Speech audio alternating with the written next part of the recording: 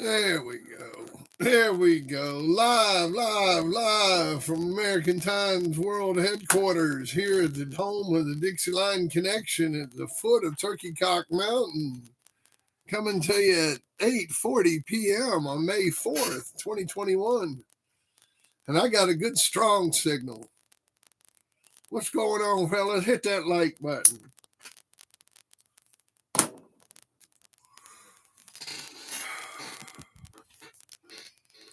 Mayhem, Arkansas, LA Combine. What's happening? Tony Gardner, hey buddy. What y'all up to, man? What's going on? I'm just sitting here listening to a little New Orleans jazz.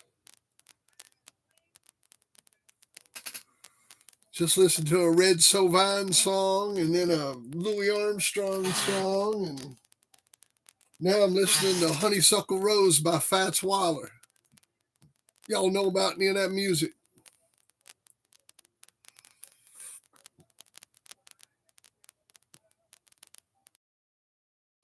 Oh.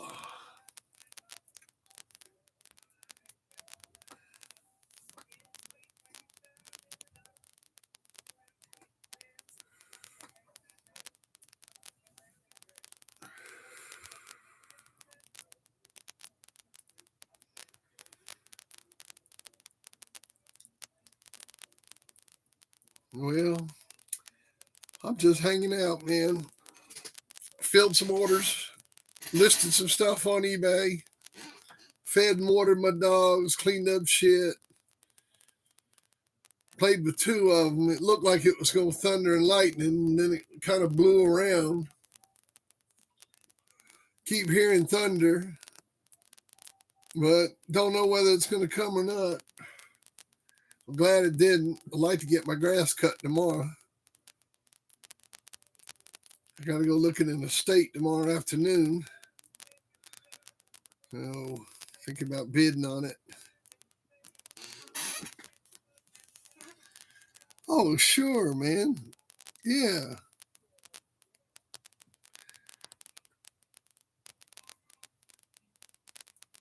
How many books are left? I got a little bit over 100 left.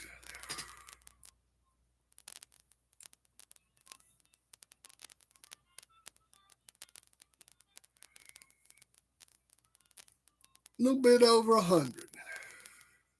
That's including my stash. Because I did stash a few back for me.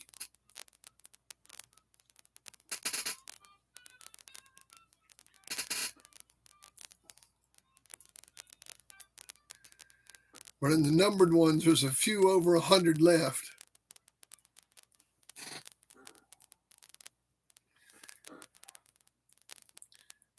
I think I'm up to 99 on the numbered ones, and then I had some numbers saved.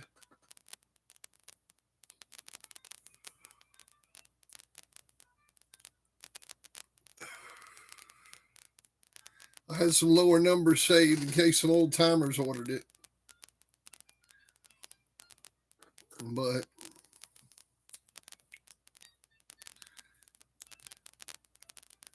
you know, hadn't had too many old timers order it. No orders from people like, Floyd Boudreau, Frank Rocca, Ronnie Duhan.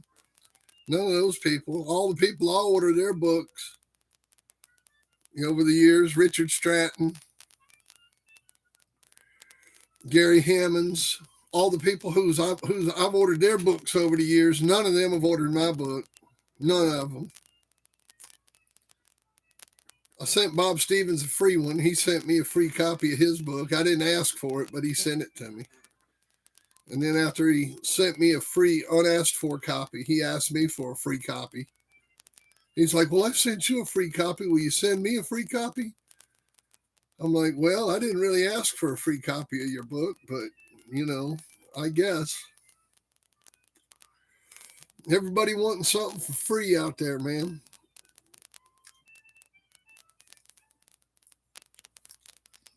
So I ain't sending out no free books. Fuck that. I'll send them out if you're blind, crippled, or crazy. And if you're crazy, you better have papers. Marcus, what's up, man?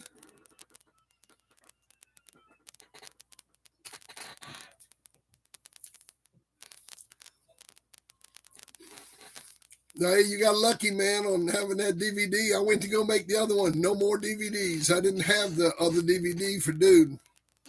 Dolomite in the house. Dolomite. Swim in the river. You can climb any mountain. Dolomite. That's my man right there. OG in the house. What's up, Charles?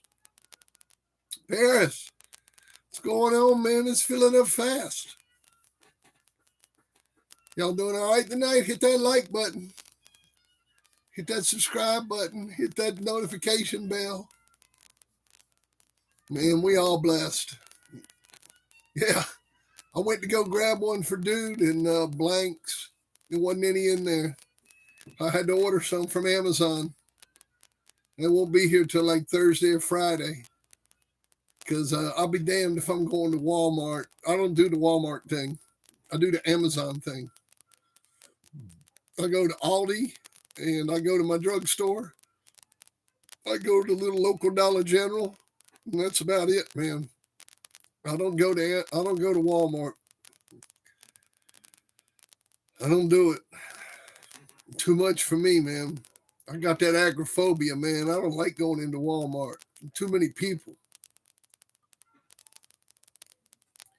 Thanks, Tim.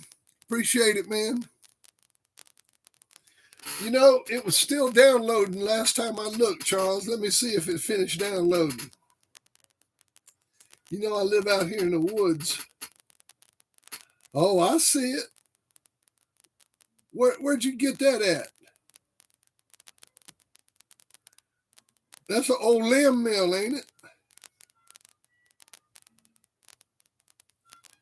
That's an old Robert Limb treadmill, isn't it?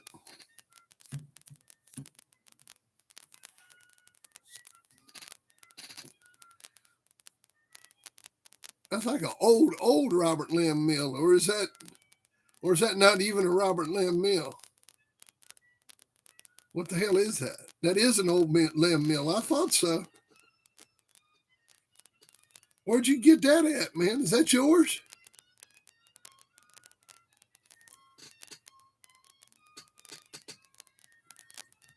What do you say, Renegade? Is that yours, or did you find that somewhere? That motherfucker looked like it got sticks on it and shit.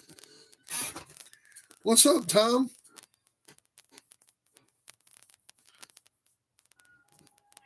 Is that my birthday present? You gonna crate that up and send it to Turkey Cock Mountain?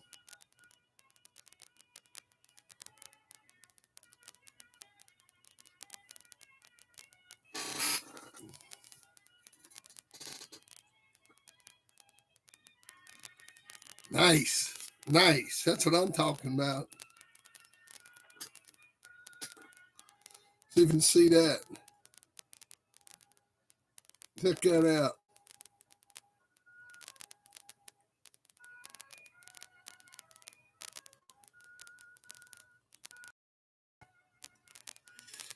$19.89 Robert Limb treadmill. Oh man, I've been doing great. Everything's been going good. Dogs are doing good. I'm feeling good. I've been taking my medicine. I've been eating good. You know, I've been doing my laundry. I've been keeping the house fairly clean. You know, looks okay for the old lady being gone I think she's been gone 3.5 years now. It looks livable, you know.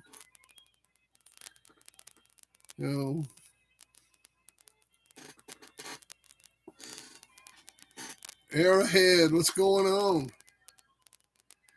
Yeah, I saw it. I saw some stuff y'all had happening down there. Trees flying through the air. 2 people got killed. Tree fell on a car down there in Georgia, killed 2 people. You guys got to watch out when you get those warnings, man. Take cover. A car ain't a safe place to be in a storm.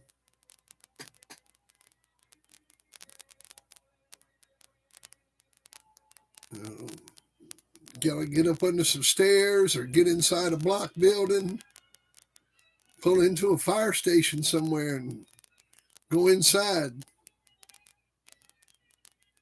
You know?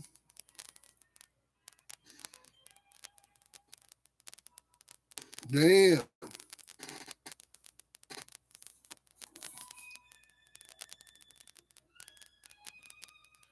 So I bought all new DVD software and be able to make all the DVDs I want. Man, you ought to see all the yard tapes I found. Man, I found some good yard tours. I mean, good ones. DSK. I gotta look these up and see what's on them. I mean, I just found Windy City Combine, Waccamaw Kennels, Vice Grip Kennels. Shit, man, let me see what all's on these. Yeah, I don't even know. They just loaded. They just loaded. I done found all kinds of yard tours. Yeah, I'm going to have to make copies of all this stuff so I can see what's on it because it just says yards 1, yards 2. It doesn't have the names of exactly what's on there, but that's like 10 DVDs full of yard tours.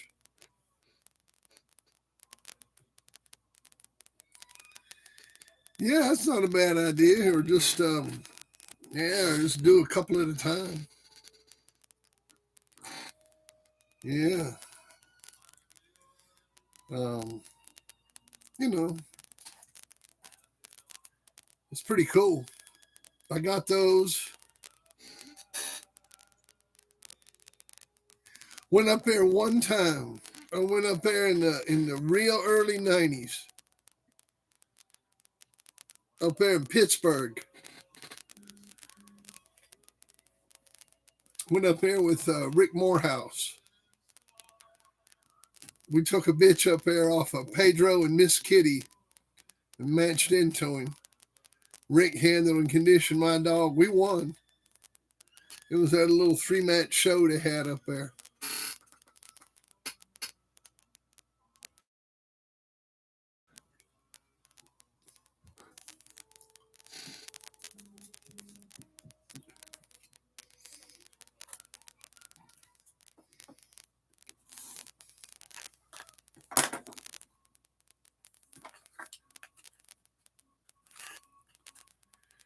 That was lost to the game. Y'all know what happened to Ozzy?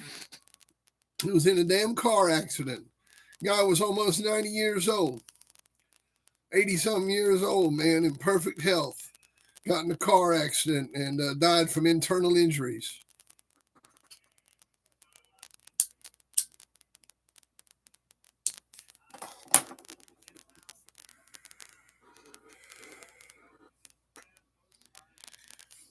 Yeah, we didn't go up north a whole lot. You know, I mean, we tried to. I mean, you know, if somebody wanted to do something, we was happy to go up there. Went to New York a couple times. You know, went to Delaware and Maryland.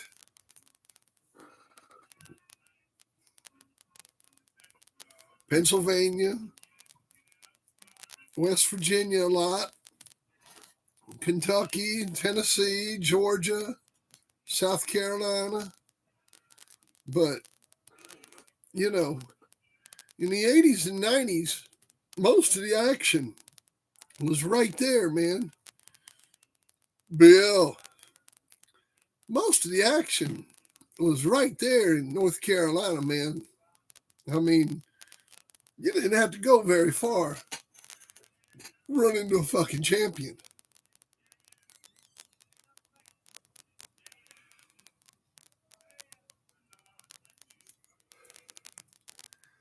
Between North and South Carolina in the 80s and 90s, you didn't you could find world class competition right there. I mean, we could call weights and they would get picked up pretty damn quick and pretty damn close to home.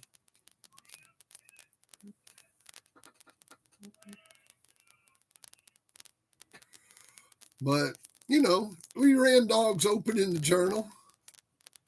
Had guys come all the way from Florida match into us. Guys come from Louisiana, Texas, you know. Yeah, that's what I just said. We had some guys from Florida come up a couple times. I've been to Florida.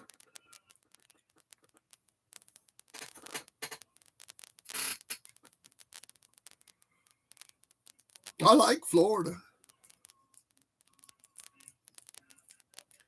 The people that Two Eyes went into his second time out were out of Florida, and the people that Chomper went into.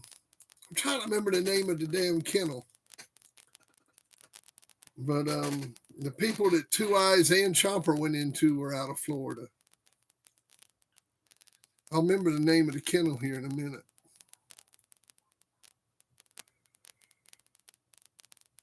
Dogs' names were Jimmy and Rocco, but I can't remember the kennel name.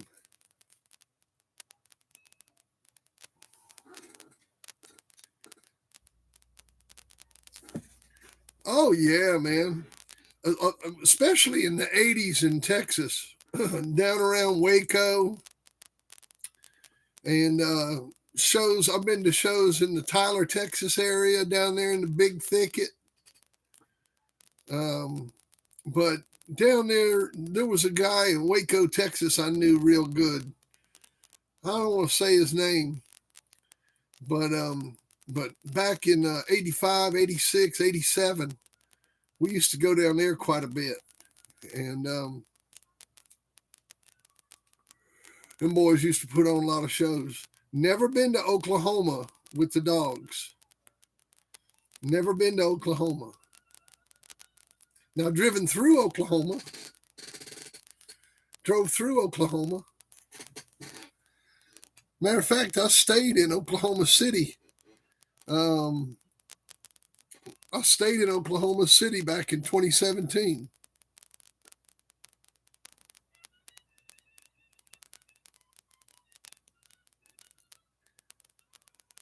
Captain Benjamin. No, don't know Captain Benjamin. Oh, sure. Oh, sure, man. I had some great friends in Ohio.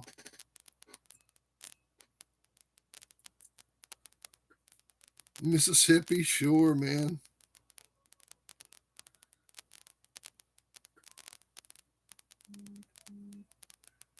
All down in the deep south.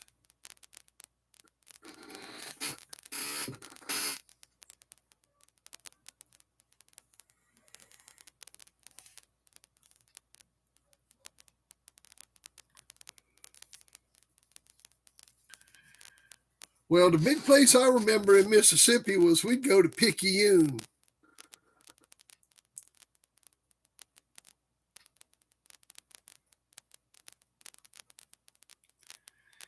Yeah, I don't know him.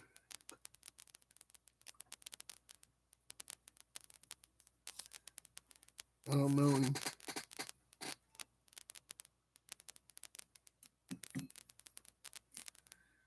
But man, we used to have some big shows in Picayune, Mississippi. Right there, we'd stay at the Imperial Inn, and the sheriff would come pick us up. And the deputy car would lead us to the show like it was a funeral or something. Take us right through town. Sure would. And we'd have it right out there at the sheriff's house, man. That was back in the late 80s, early 90s.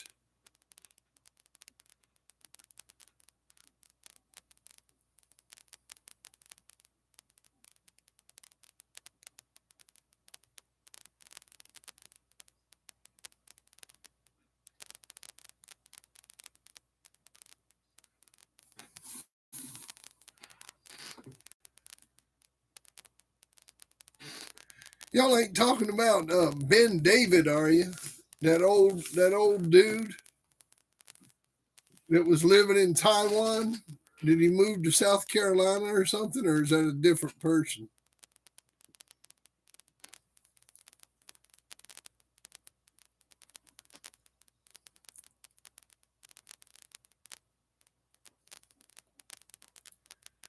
That Captain Ben, is that the same guy that come from Canada and was in Taiwan? Nah, I never met Sagas.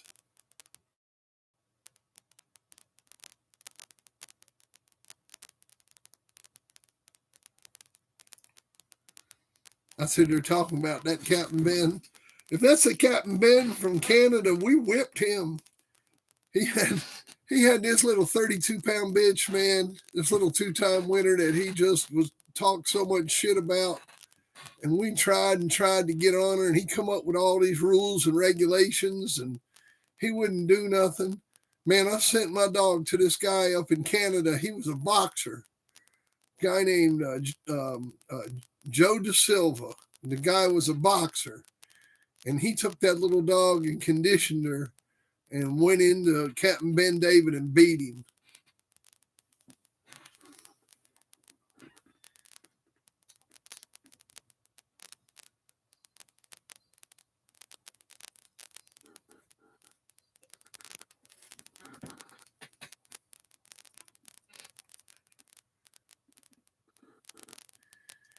Yeah, I see what they're doing, man.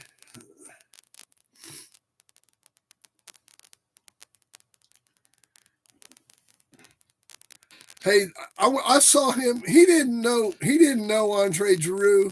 He knew Tattoo, who knew Andre Giroux. And I'll tell you something.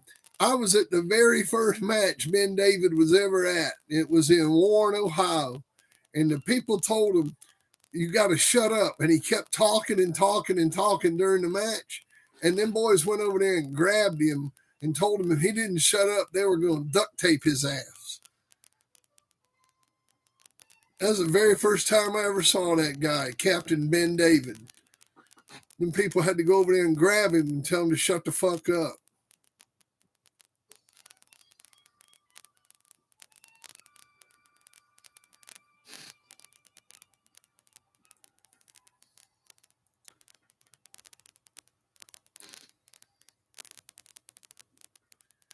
His breath smelled like piss, too. Had piss breath. I did, man. I went down there with Floyd Hicks twice. Down there to Okeechobee. Went down there twice. And then we matched Bolero at his place in Tennessee. You know, when that Bolero was matched into Grand Champion Oju Azul, and they didn't show up with her, and they showed up with that other dog. It was 2 pounds over, and I took the forfeit. That was all at Ricky Jones's place in Tennessee. Hell yeah, man, he had piss breath. Get up all up in your face, man. Smelled like urine. Had some dude with him whose legs had been shaved.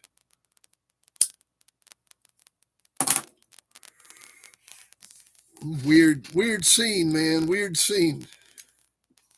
But you know how them boat captains are.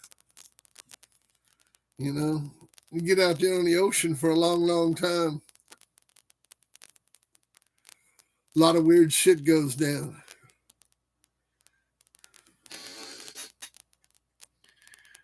Sure, man. X-Man got a taste.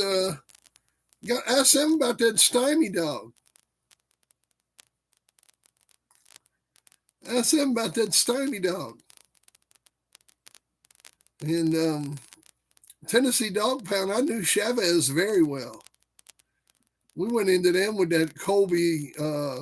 It was Liz's stuff crossed with that Colby. It was like Two Eyes and Colby and something else. I forgot.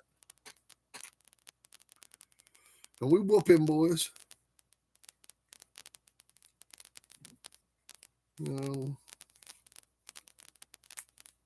Yeah, that's an X-Men about the stymie dog. Yeah, definitely. Ask him about him. Ask him about here. I'll give you the pedigree on him.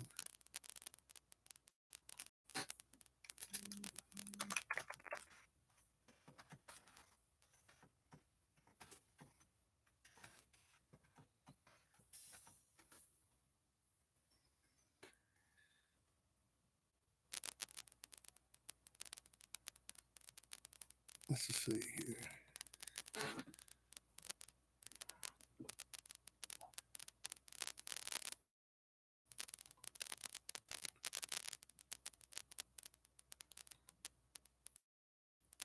Show this one to the X-Men.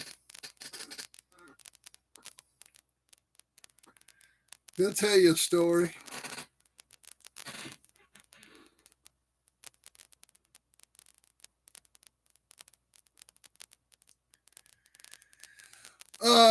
You're talking about Steve Gregory, and I mean, when you look back on things historically, you just have to look on the production, and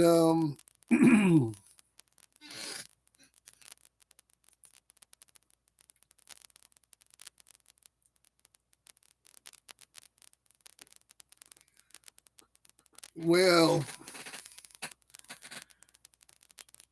it was pretty brutal, man. It was pretty brutal her first time out.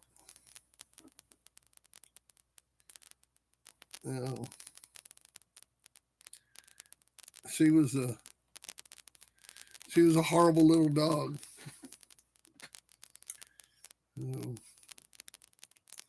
Joe Medlin was there that day, and till the day he died, he said Bolero was the best dog he ever saw. And that was Joe Medlin, the guy that bred Carolina Rose and owned Medlin's Outlaw, the half brother to Red Boy.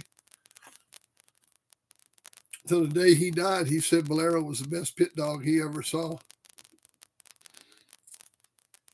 Hey! I don't know. Hell, I do one every night.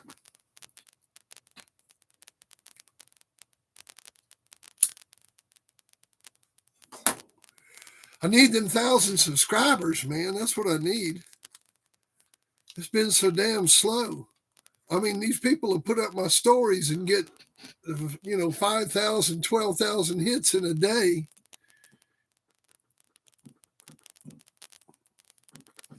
Yep. I didn't do it. That was done by Hell on Earth Kennels, Hell's Coming Kennels or something, HCK. And those guys did that.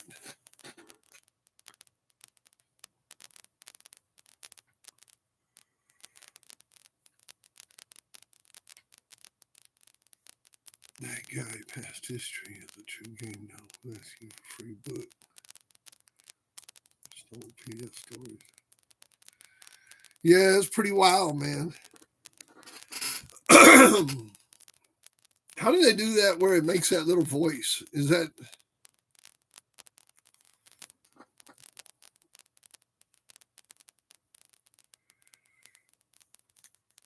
I mean, it'd just be nice if they just kicked me down some bucks and did the right thing, But that ain't gonna happen, is it? Y'all hit that like button now. Don't be a cur dog and not hit the like button.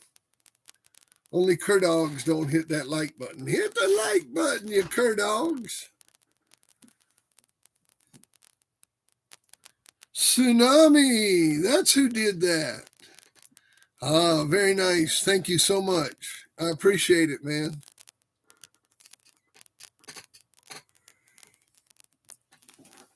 I appreciate it. It's already on the way in a big old priority mailbox, bubble wrapped, all that good stuff. I signed them all for you, hooked you up. I sure do appreciate it. I was wondering who did that. That was sweet, man. Thank you. Thank you, thank you, thank you. Oh, I mean, we always used to call him the Toad Warrior instead of the Road Warrior. We had all these crazy nicknames for people. No, thank you, man. We always had all these nicknames for people, We called him the Toad Warrior. A nice enough guy, They did steal that match from that kid with that Hurricane Hugo dog, that Hugo dog. I forgot the kid's name, but we all know that he robbed that kid of that match with that Hugo dog. I don't know if you know the deal on it, but that kid won that deal, and they fucked him. So, there's that. So that's how he got the name Toad Warrior when that happened. With Grand Champion Hugo, you can do a little investigating on that.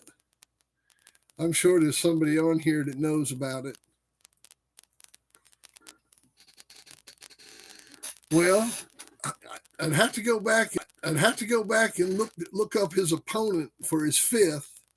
But when Grand Champion Hugo went for his fifth, he quit. It was like one of those weird things at the end, like it was the kid's turn to scratch and he scratched, but maybe they called a foul on him, but he didn't really foul. And so they called Hugo the winner. It was some weird ending like that. And the kid was just a beginner. And so they just basically stole the match from him at the end of the match. In other words, no matter what happened, they weren't going to lose. And they didn't. And then Jack Kelly backed them up. They took the win and gave it to that Hugo dog and gave him his grand championship.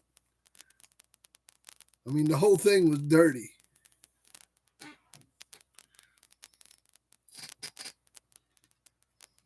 Hell, just ask the Toad Warrior about it.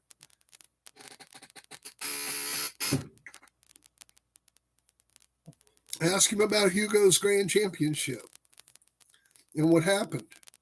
He'll tell you. He'll tell you his side of the story and come back and tell me.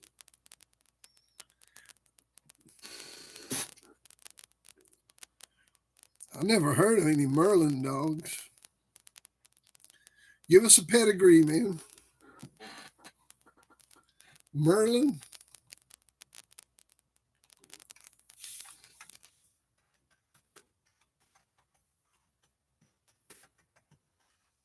Merlin. Let's look up Merlin.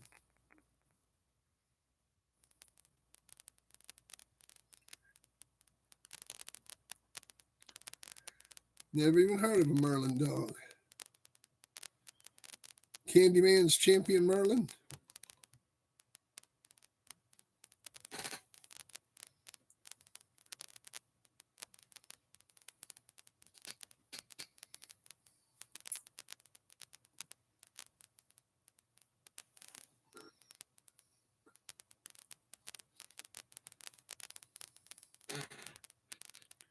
Oh, Medlin. Oh, because I found a good bred dog named Merlin. Look at this old Merlin dog. They're bred pretty good. I mean, them Medlin dogs were game. and to this day, they're still the closest representative of the pure red boy dogs. Like that stuff that old man's got. Oh God, man, what's his name? That old dude that lives in North Carolina. Um, he's got a bunch of those meddling dogs coming down off that Bam Bam dog that Rose whipped.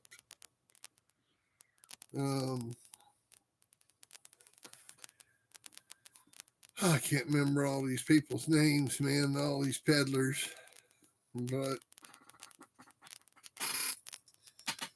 you know, there's a bunch of that stuff around. Yeah. I mean, you know, they to me, the outlaw dogs are the closest thing to the original Red Boy dogs. I mean, if you look at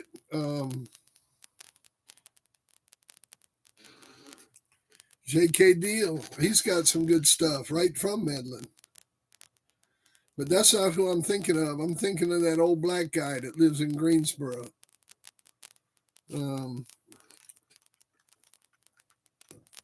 Let's see here.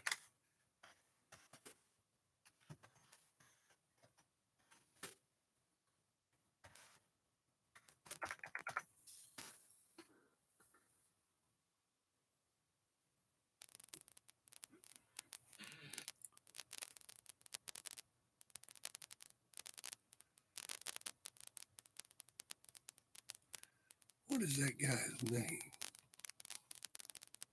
Yeah, that's it. Vernon Whitley.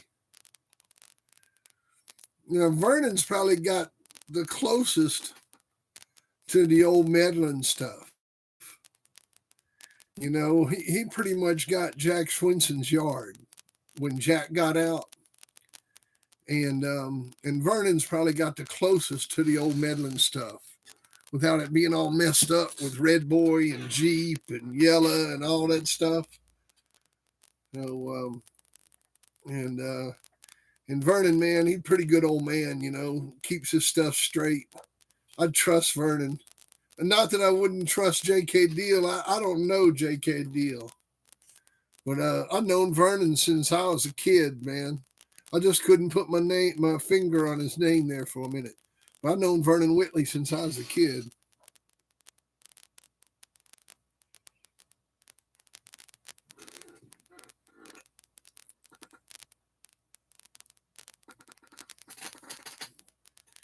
Yeah, I don't know about Outlaw and Termite.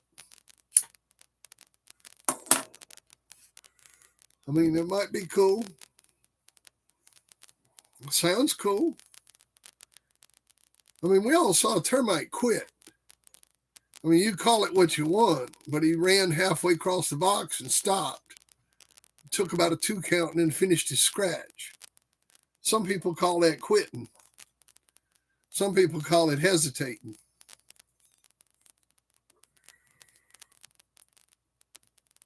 I call it don't load up on it.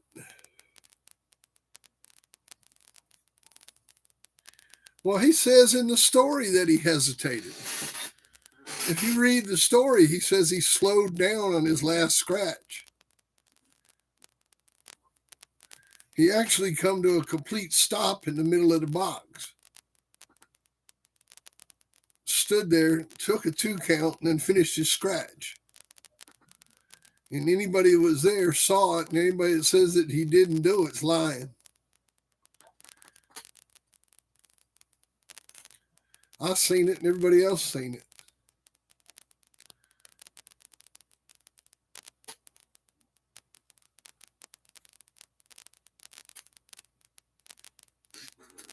Yeah. I'm not saying he's a cur.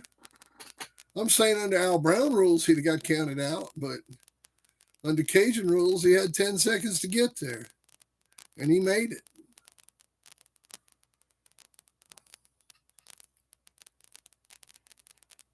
But he was thinking about it.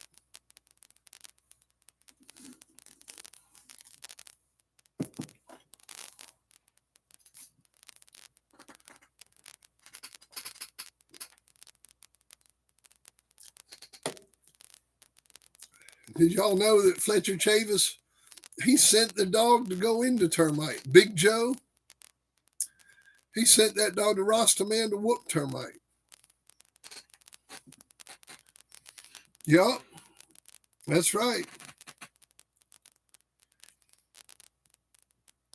Shoot, man. We was all right there. Big Joe come from Fletcher Chavis. He was a big white and red dog.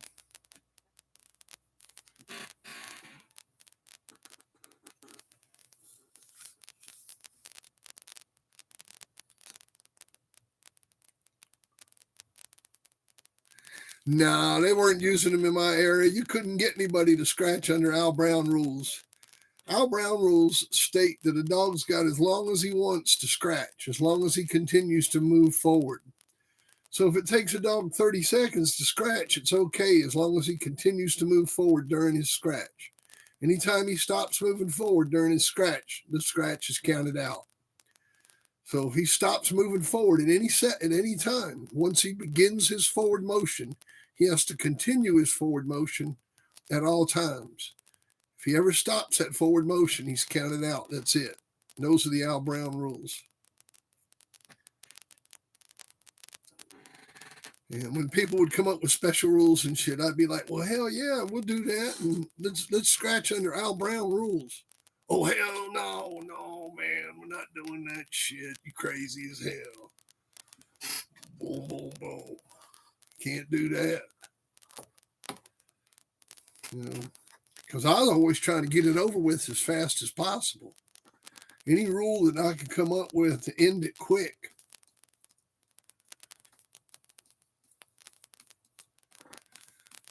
Well, you know, the terminology cold puppies, I mean, a puppy shouldn't be hot to begin with. I mean, a puppy should be a puppy, you know?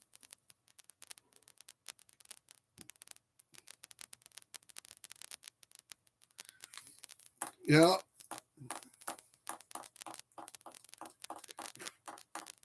You know, a puppy should be a puppy. And, you know, this deal about wanting puppies to act like grown dogs, you need a puppy just to play and have fun and no stress and you know, shouldn't be any such thing as a cold pup or a hot pup or any of that stuff. So, I mean, I've seen plenty of I've seen plenty of pups that were easy going pups turn out to, you know, to be the dog, like the run of the litter that, you know, may just sit off to the corner by itself except when it's time to eat. And so really, you know, you just want to not really look at them like that. You know. I had somebody the other day tell me some terrible story about a puppy, about something they did with this puppy. Man, I stopped them halfway through it. I was like, you know, don't even tell me that shit, man. I don't even want to hear about it.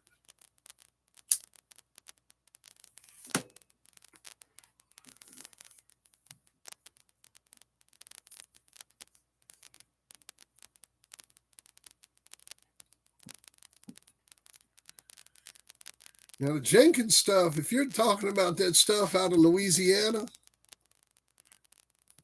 and old man Ladnier and all them old boys use that stuff for many years down there.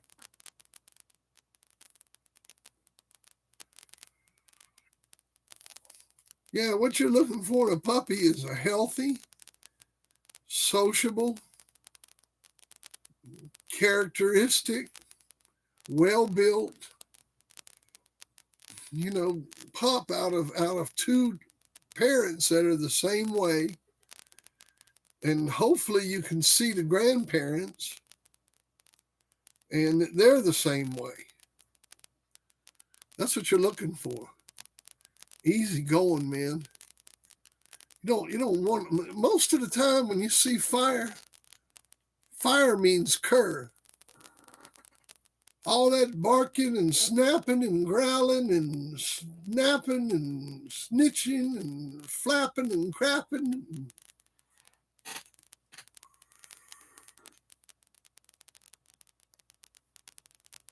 Oh, okay.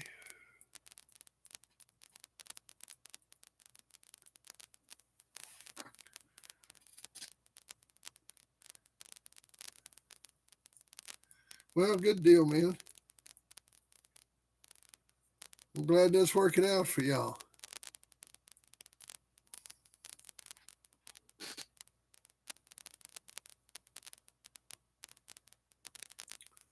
Well, of course, man.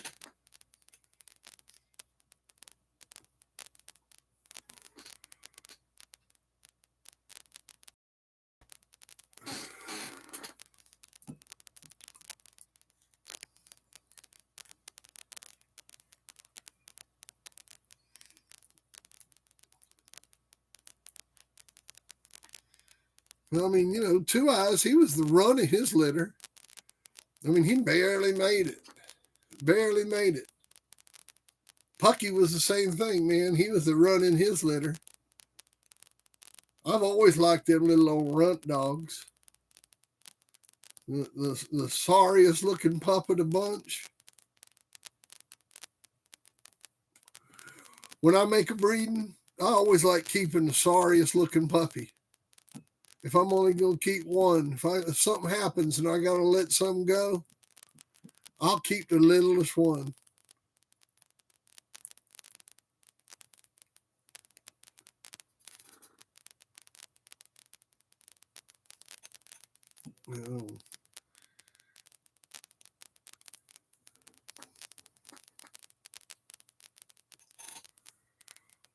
But I mean, I'll give you a good example.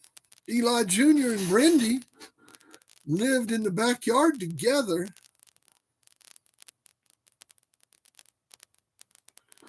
Well, that's what I was going to say, Tom. Eli Jr. and Brendy, they lived in Jerry Clemens' backyard until they were nearly grown. They bred to each other as, the way that Eli Jr. and Brendy got bred to each other was they were like year-old dogs running loose in Jerry's backyard. And Brendy came in heat, and Eli Jr. bred to her while they were playing in the backyard together as pups. That's how Black Shine got born.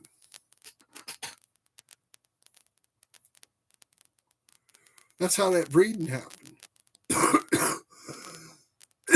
So Eli Jr. and his sister were playing together until they were a year old. The old timers call that tractability. I never seen much of it, Ed had him at his house for a little while. Seen him up there, and then he got sold out there to the West Coast. But I never seen anything off of him. We did lose to Vieira Brothers, and they used a little gator dog. It was Little Gator, I think it was Harvey Wallbanger and Little Gator stuff. That Negrita bitch. I believe she might have been right out of Little Gator. Was she right out of Little Gator? Hang on a second. I'll look it up.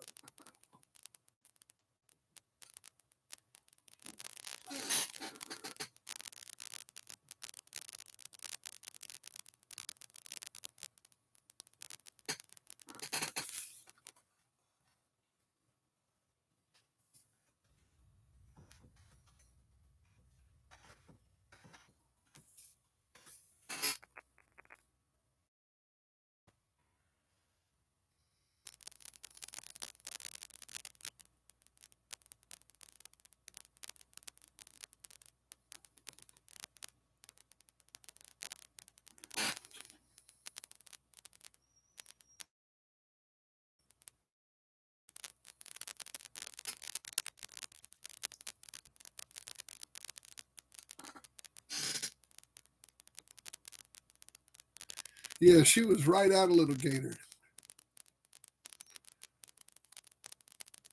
Here you go. I lost to this bitch. Well, I didn't directly. I sent the dog out there, and Russ handled and conditioned her. And we lost with a bitch out of Frisco and Bolero. Bitch called Thin Lizzie. It was a sister to Ripper. And she lost to that bitch right there in an hour.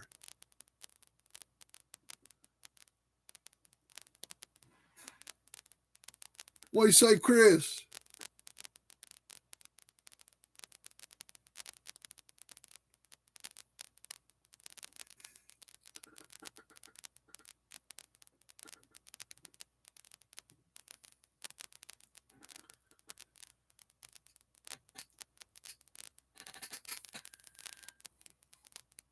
Yeah, we lost. We lost with.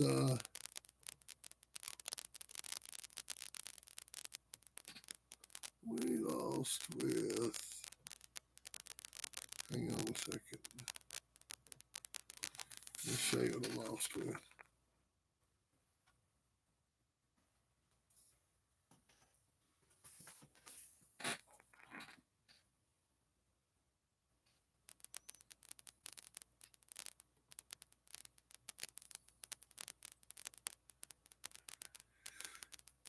Do do do do.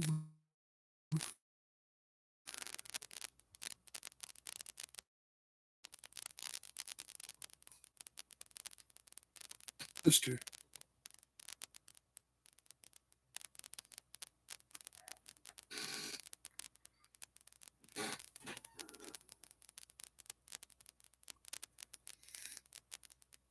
I don't know, man.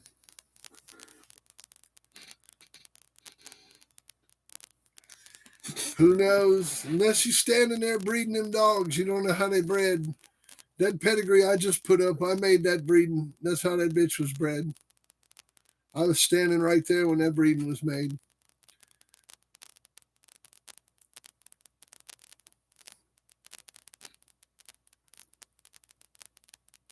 Those Vieira brothers were tough, man. They were tough as nails, those guys. I miss them. Bill and Rick, they were good guys.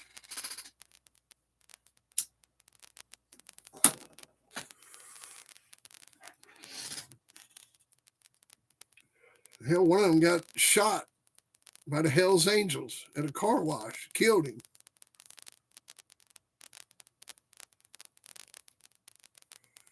I can't remember whether it was Rick or Bill. One of them. I think it was Rick.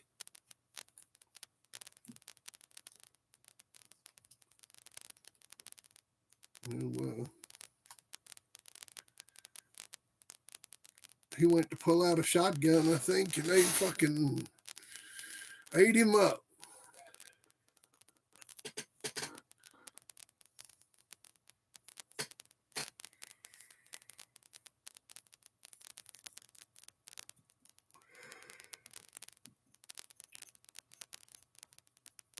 Back in the old days, boys, when they put them good ones on each other.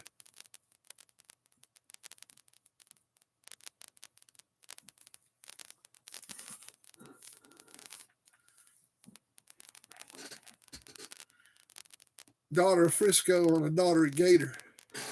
You know, that was a good one.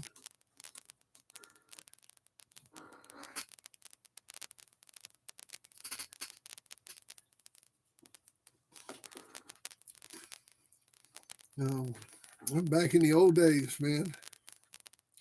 Yeah, it was Rick.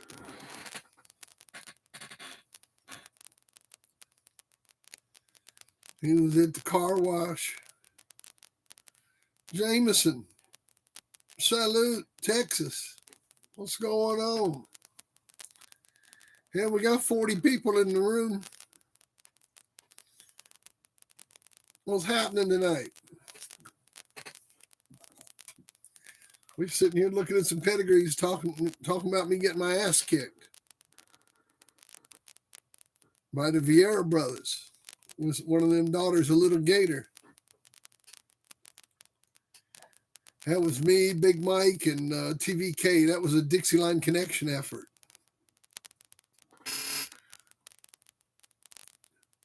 We got smoked.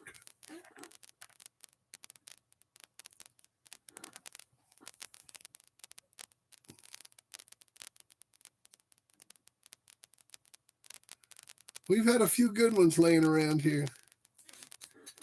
I've been working on a list. And it's a pretty good list. So, yeah.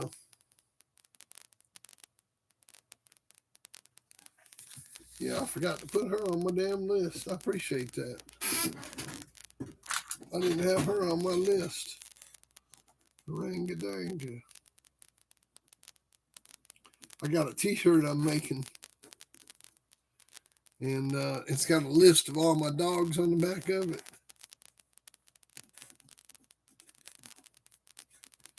I need to put Ripper on there too. And it's got a, on the front of it, it's got my logo. And then on the back, it says Dixieline Connection World Tour. And it's got a list of all my dogs on the back of it. Like how you know how like you used to get those concert t-shirts and have a list of all the concert dates? So instead of that, it's got a list of all my dogs.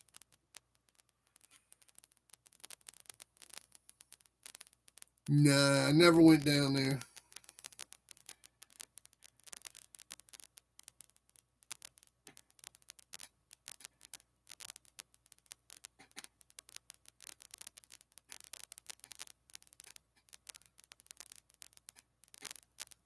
Nope, I didn't make them. Didn't make those shows.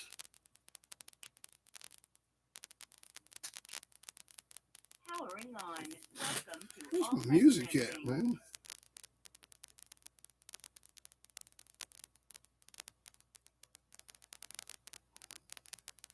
You are now paired. Enjoy.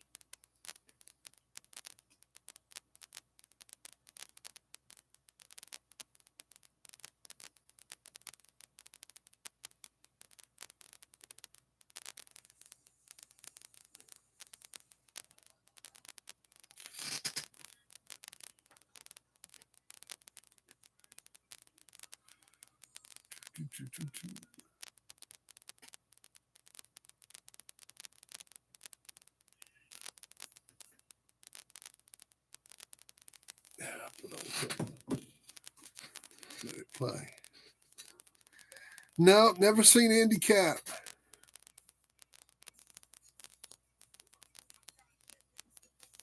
Let's see here.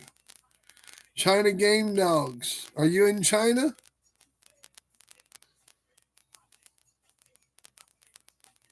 All right, Jameson. We'll see you later, man.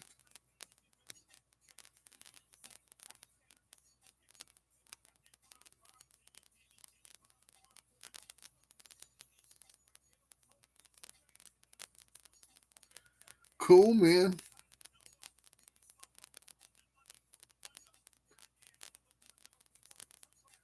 Lee, what's going on, man?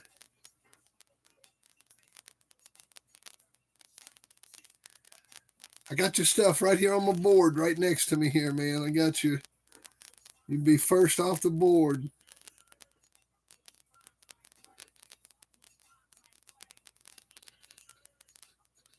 I did sell Zabo. I sold him to Daryl Harris, and then we showed him together. I didn't own Zabo. I sold Zabo after his championship. Yeah, I sold him after his championship to Daryl Harris, and we were all partners with him. Here we all are with him after the show. You see that guy? See the guy on this guy right here? That's who owned him.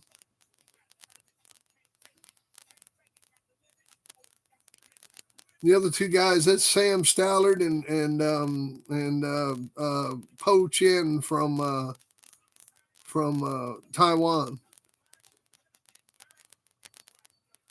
But that black guy sitting next to me, that's who owns Zabo.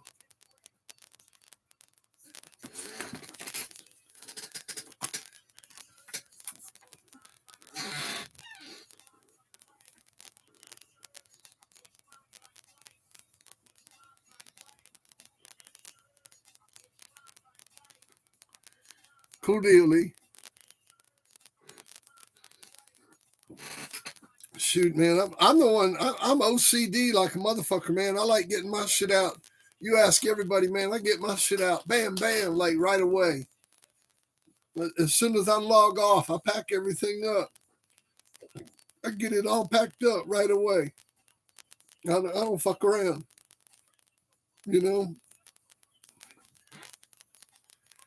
I don't know, man. I mean, I figure whatever it cost, I figure I add $15 to it, make $15 a shirt. So I figured that's what I've been told is the normal profit on them. So I'm still looking at a shirt maker. I got this one lady that's talking about making them for me. I got to get the artwork finished, and I got to get the artwork done for the back of it.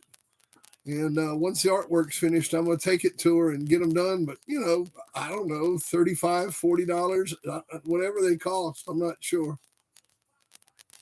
It shouldn't be much, man. I mean, they're not going to be like on Instagram where they sell T-shirts for $100. I guarantee you that.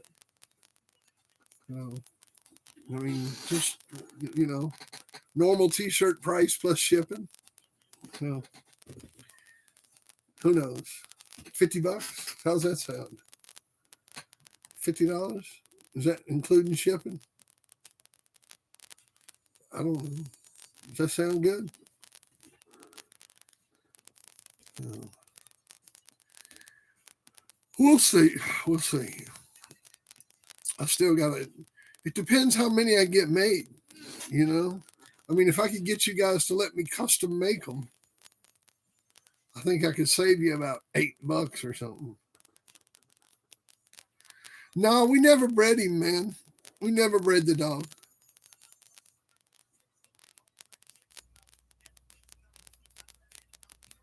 We never bred him.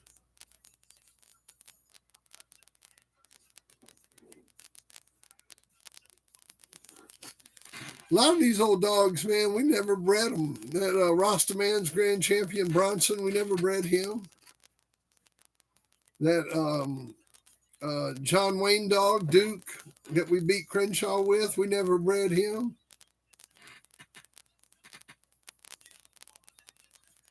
I had dogs like Stomper sitting on the yard that I was breeding to. That and so we just didn't breed to him. Plus, like I've stated before, we really weren't sure how he was bred. Nice, Charles. I still got mine too, man. I still got mine when Mountain Man passed away. Those were cool T-shirts. But see, we really weren't sure how Zabo was bred. And Daryl didn't buy him to breed him. He bought him to show him.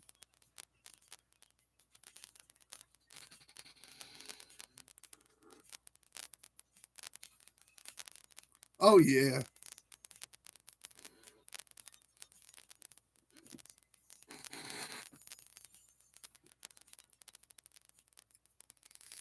Oh, yeah. It's not hard. It's not hard, man. I read somewhere today somebody had put up that I try to sell my book half the time I'm on here. Now, you guys are on here a lot. How fast, how often do I try to sell my fucking book on here? I don't try to sell it that much. Maybe once or twice during a show, but not half the time. But if you are interested in buying my book, it is for sale. And it's a wonderful book, written from the heart by me, Fat Bill. You get the book, and it's a wonderful read. Lots of great pictures in it for those that don't want to read. And but you will want to read it. Once you start reading it, you won't stop. And not only do you get the book, but you get a jump drive with it that is loaded with information, has book of game dogs, book interviews, has all the photographs from the book in color, plus a couple hundred other pictures, bunch of other stuff. You'll just love the jump drive. And you get the 4x6 color picture of Bo with your book. It's a great deal, man. $50. If you don't know how to order it, just comment now or during this show, and I'll be glad to help you. If you do know how to order it, you can go to the front page of the YouTube page, and it's right there to order. It's a piece of cake. You can cash at me. You can PayPal me. There's all kinds of ways you can pay for it. Just let me know, and we'll get it shipped out to you tomorrow. As far as the DVDs go, I ran out of blank DVDs. I won't have any more blank DVDs until Thursday or Friday. So we can't play with DVDs anymore until Thursday or Friday. So we'll just have to wait on that. I have to wait on that. But while we do that, I'll keep loading them on the hard drive, and then we'll have a nice selection. Yeah, that's what I'm talking about. Well, if I'd championed him out, it would have made Bandit a ROM. And so I was really being particular about whether I brought him out again. I did call out a couple champions with him, but I couldn't get them hooked into him. And so I just retired him. And, hell, he was blind anyhow. I mean, he won 2 matches completely blind.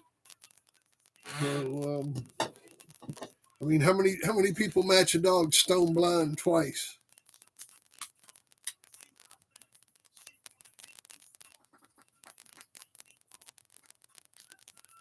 Did you know that, Jameson?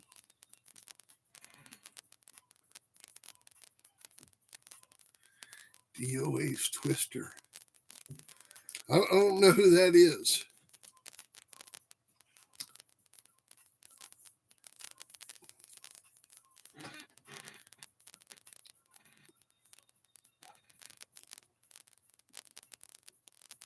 I'm not familiar with that dog or that kennel.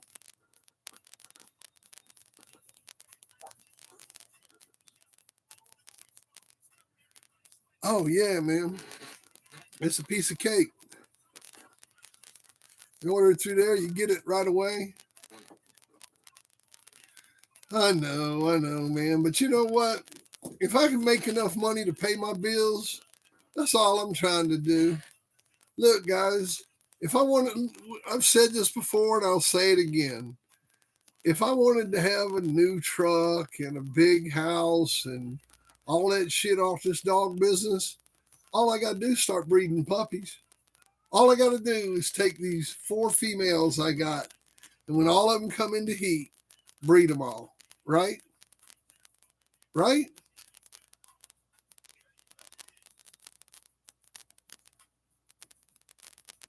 I take them 4 females, and I breed them all when they come in heat. And I get me 4 litters of puppies. And I sell all them puppies for $1,500 a piece. How much money will I have at the end of the year?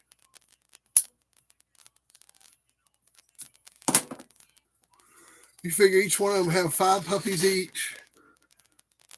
So that's 20 puppies, $1,500 a piece. That's $30,000. $30,000, man. I go buy me a new truck. But I won't do it.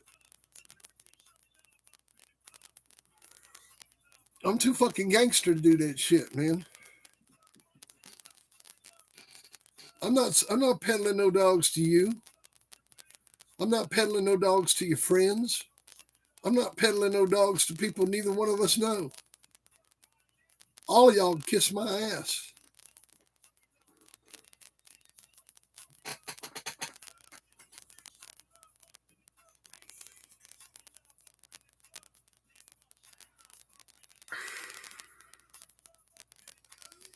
No, no.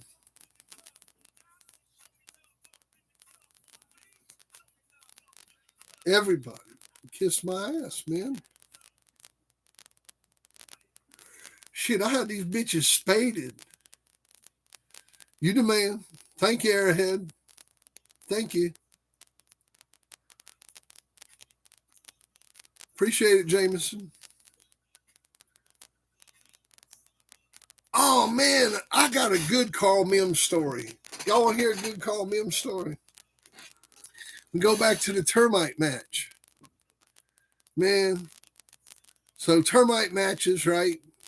So the second match is on. All right. So the second match starts. There's 300 people there. 300 people. I mean, it's like 6 deep around the box. And Carl Mims and me are standing there. All of a sudden, the lights go out. Pitch black. Then the lights come back on.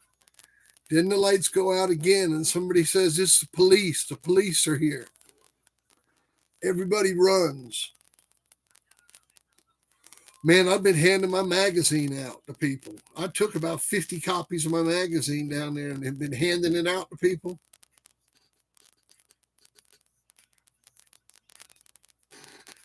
Everybody kept running through the woods, down through the swamp, up through the hills, down through the fields. I was out crawling across this field. I kind of had a high position. I could see down on the yard. I'm crawling across the field. Apparently, I was grunting. This guy goes, I could hear him in the grass. He goes, "Who is that?" I said, "Who's that?" And he recognized my voice and he goes, "It's Marshall. Bill." He says, "Come on, let's crawl over to that trailer park." So we crawled over to this trailer park. And it was like about a quarter-mile crawl. So we're crawling. We're crawling across this field. Crawling. We stick our head up, man. We look to the right. All it was blue and red lights. We keep crawling. Crawl. We get over to the street. We look over there at the trailer park. I told my buddy, I said, "Look, I'll run over there and see if I can get us a ride." So, man, I ran over there and knocked on the door. Man, I held up $100 bill. I said, "Man, I need a ride into Jacksonville, North Carolina." The guy said, "Hang on a second." He come out the door, got in the car. I got in the car. I said, "We got to pick a friend of mine up here at the corner." Old Marshall jumped in the back seat. Man, we pulled up down there to where all the action was at the street. And the cops were down there. And they asked the guy for his driver's license. Guy gave him his driver's license. Said, "Where y'all going?" Said, "We're going to the store." They let us go through. The guy takes us all the way back to the hotel where we were staying at. I go walking in the room. I just know I'm back there before anybody else. And guess who's sitting there in the chair already there? Done got there already. In the hotel room, ready to go. Carl Mims is sitting there in the damn chair. I'm like, now how the hell did you get here already? How did an old man get from a show that was 10 miles away from the hotel? And he said he went up on the road and got a ride. I said, "Well, that's good." So he got back to the hotel before us. Man, I packed my fucking bags. I packed my damn bag. I got into I damn went up on the street. I went straight to the fucking bus station. I got on the bus going to Charlotte. As soon as I got to Charlotte, I flew by Charlotte back home to Greensboro. I got the fuck out of town as fast as I could.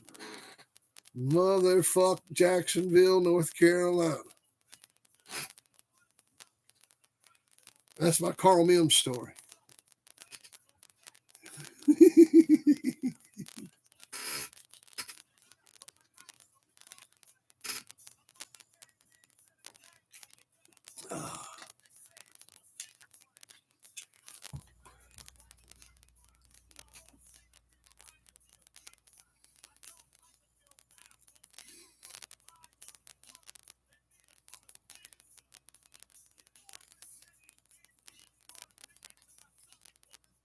Yeah, he's a credit to the dog game, man. The Bonafide Kennel Club is the best kennel club around. I mean, if you got to register your dogs, register them with Bonafide Kennel Club.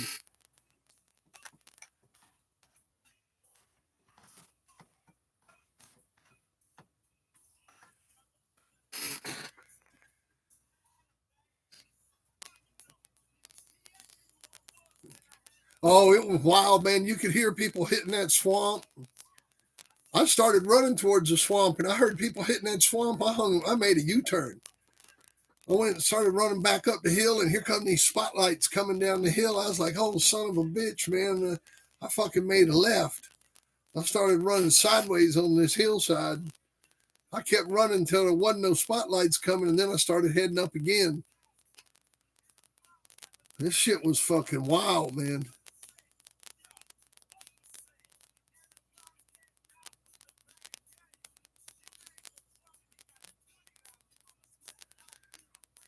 Any of y'all ever got away from a bus like that? I've had that shit happen 2, 3 times.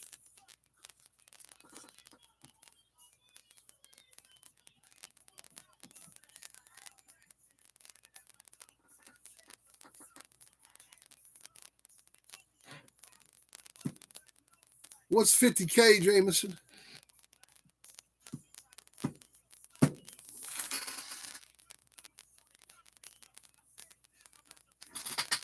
Let's see here.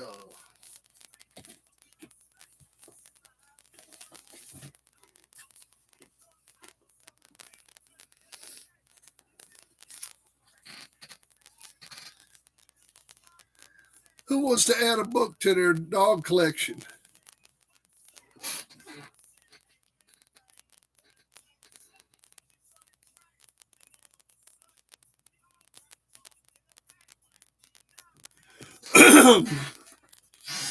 Call me a dog man. Who wants to add a book to their dog collection? Who wants me to do an auction? I got a good one here. This is a book from England, issue 1, volume 3.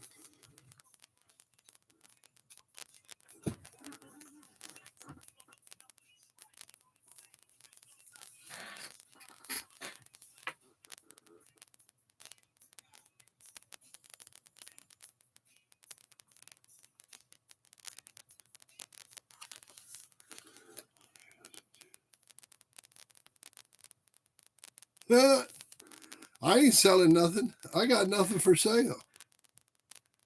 I ain't got no dogs for sale. I'll sell some books. This one here is the Scratch and Match Times. Historic Tribute to the American Warrior. Issue 1, Volume 3. September, October, 1998. And the front cover, it's got Windy City's Combines champion Betty. In color, too. Pretty cool, man. The whole book is, see, it's got Limey Kennels, 2-page ad. Windy City Combine, full-page ad.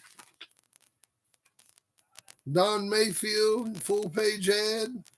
Scratch Liner Kennels. East-West Connections, got a colored 2-page ad. It's got a letter section in it. Got Finkelwinkle's Jupe at Stud. The whole book's in color. All the pictures are in color. History by Renault Morris. Kirshner's Dogtown presents Or Not. All the pictures are in color. Everything in the book's in color.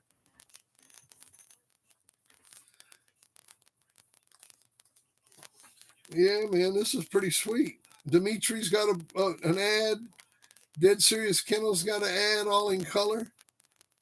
A story called The Butcher's Bad Bitch by Finkelwinkle.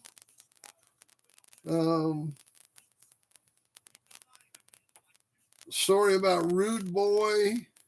Another story called Common Sense. And then it's got a story on the cover dog, Champion Becky. So, man, this is a nice book. It's an original book. It's the original copy. Um, shoot, on the back cover, it's got a, I don't know who the guy is here at Stud. This is some guy in France. He's got a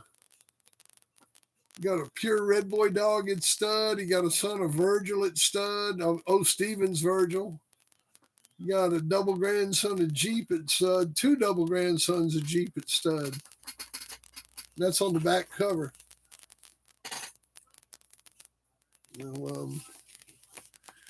Pretty sweet book. Pretty sweet book. Do I got an opening bid? Do I hear an opening bid? What's opening bid going to be? What's opening bid going to be? We'll run this auction till 10:30. What do I hear? What do I hear? What do I hear? What do I hear? What do I hear? What do I hear? Don't be shy. Don't be shy, gentlemen. Don't be shy.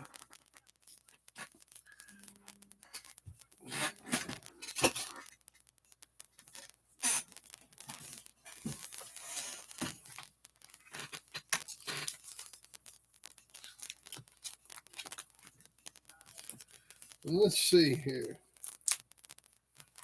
Since we're talking about termite, I go ahead and throw in with it. I don't need it. I'll give it to you out of my photo album.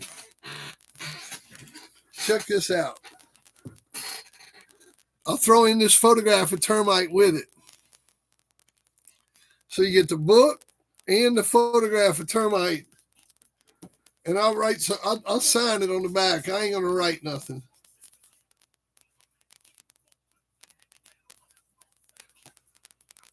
Well, I'll sign the termite picture. So you get the termite picture.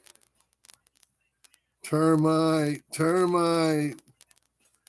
And you get the book. Both things. All right. Till 10:30. Well, I like the Billy cross you did. What made you go to Billy route? Well, you know, Kair. Is that how you say it? Kair. I got tired of just making the same old cross. I've been making the same old cross for 38 years, man. That Bolero Eli. Same fucking dogs, over and over and over. It's like baking the same loaf of bread every day. It's like eating the same slice of bread every day, you know? I mean, I like it. It's cool and everything, but I just wanted something different. And a buddy of mine, he went to go see Zanetti and was able to get that pup right off of Billy and Fire My Guns, which is an important breeding. I mean, you know, this is an important breeding, Fire My Guns to Billy. And we got a bitch directly out of that litter. And so we bred her to that pure male that belonged to him, that Cupid dog. And he produced that wonderful litter of dogs, man. Those dogs are all 5+ years old. So I'm really looking forward to breeding him to my bitch, man. You know, I showed you how my bitch was bred. I'm sticking him to, didn't I? Huh, Paris, you way off.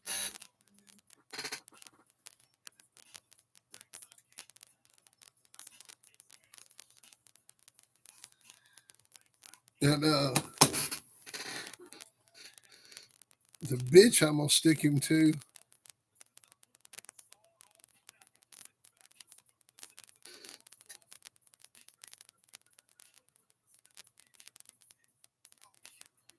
Let's see here.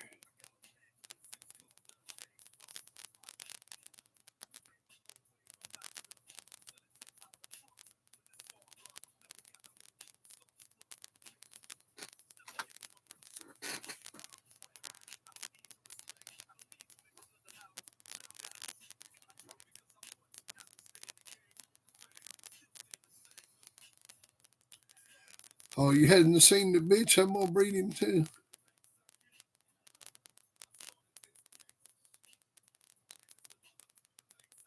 Here's a bitch I'm gonna breed him to.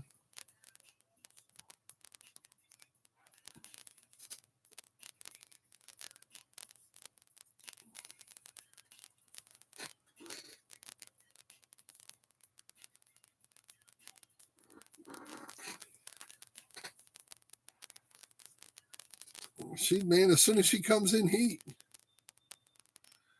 That's right, Renegade. Yeah, he's in Croatia, man, down there on the Adriatic. He's down there by the sea.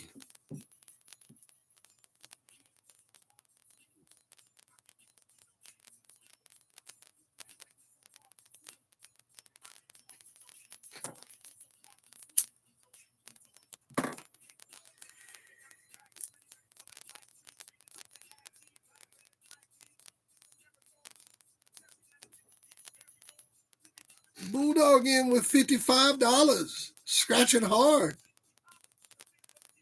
Put the smackdown on Greg there. He says, smacky, smacky.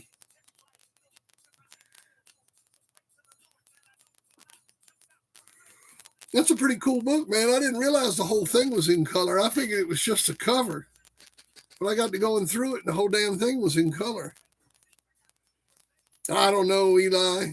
We'll have to wait and see how many she has.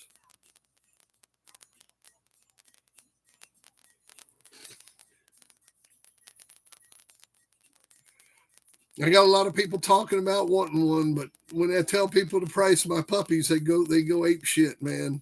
If I sell a puppy, it's $2,500.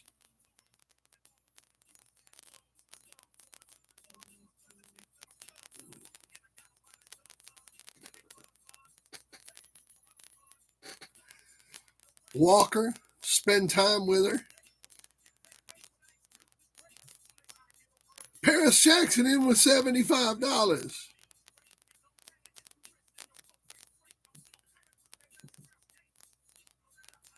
Oh yeah, man, you know it. That's gonna be the shit right there. That's gonna be one of them epic breedings, man. No. But yeah, I made a breeding a couple years ago, and when the pups were born, I had 2 or 3 friends wanting puppies. I'm like, yeah, sure, $2,500. $2,500? Are you fucking crazy?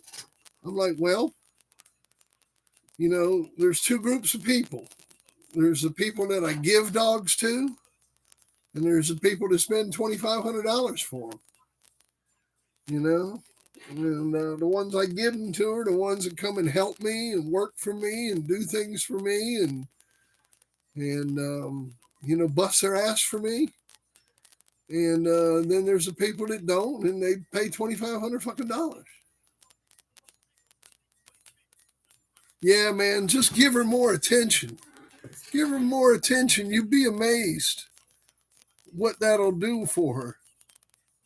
I mean, you're already doing everything you can. You're feeding her right. You got her on vitamins. Have you got her on vitamins? Jacques, are you feeding her a good vitamin? You got her on prenatal vitamins because you're planning on breeding her, right?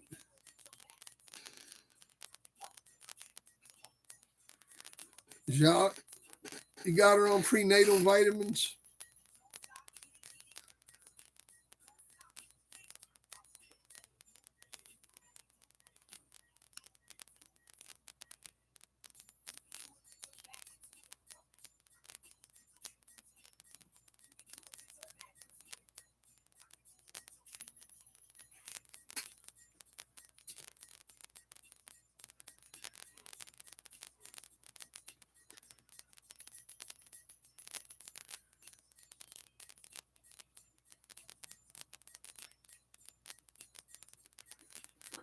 Yeah, I mean, I don't sell any dogs. I mean, you guys name one person that's got a dog from me. Name one person. You don't know nobody that's got a dog from me.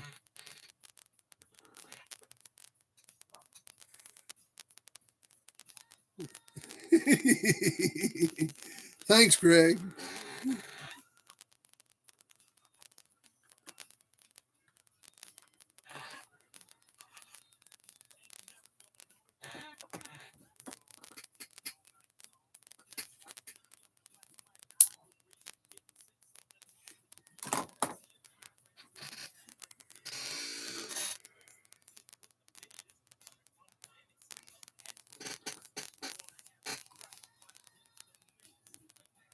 No, he's talking to me.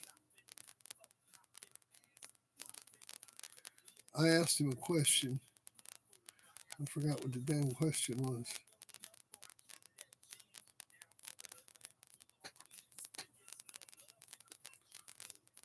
Oh yeah, no, you're not. Yeah, man, put her on a. When people are planning on breeding a dog, like, okay, I'm gonna breed this bitch her next heat, right? So go ahead and put her on some prenatal vitamins, and go ahead and put her on on a better diet. Add some iron to her diet, add some vitamin C to her diet, add some oil to her diet, fatten her up a little bit. Don't get her fat, but you can put a little weight on her because she's going to have puppies.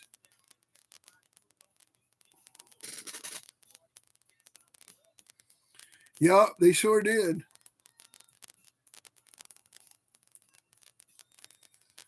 They sure did, Philip.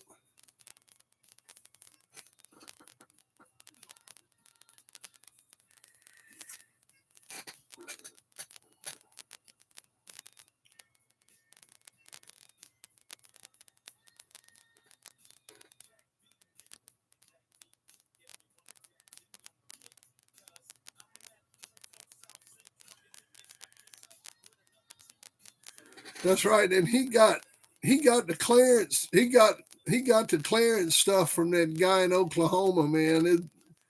That was a whole fucked up scene right there.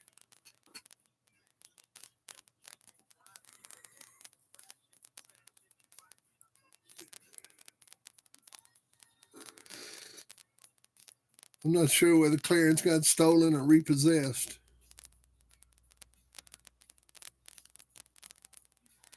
Usually about 3 years old for the females. Let them grow up, see what kind of dog they're going to be, check out their personality, see if I like them. You know, these pups I got here, Spider and all them, they just had their second heat. You know,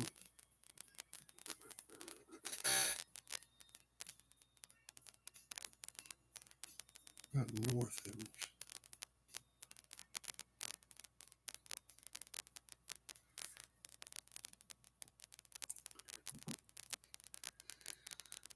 Yeah, I don't know, man.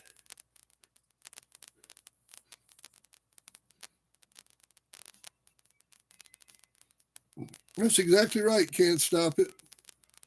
I mean, you have to prepare for it. You don't just, the bitch just doesn't come in heat and you stick her. You know, you decide, okay, this bitch is going to be bred next time. You go ahead and put her on a better diet than the rest of the yard. Almost like a keep diet, but a bitch coming in heat diet.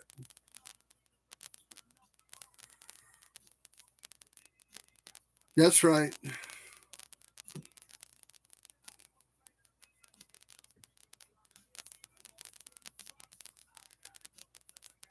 Yeah, there was a whole bunch of skullduggery over all that shit, man.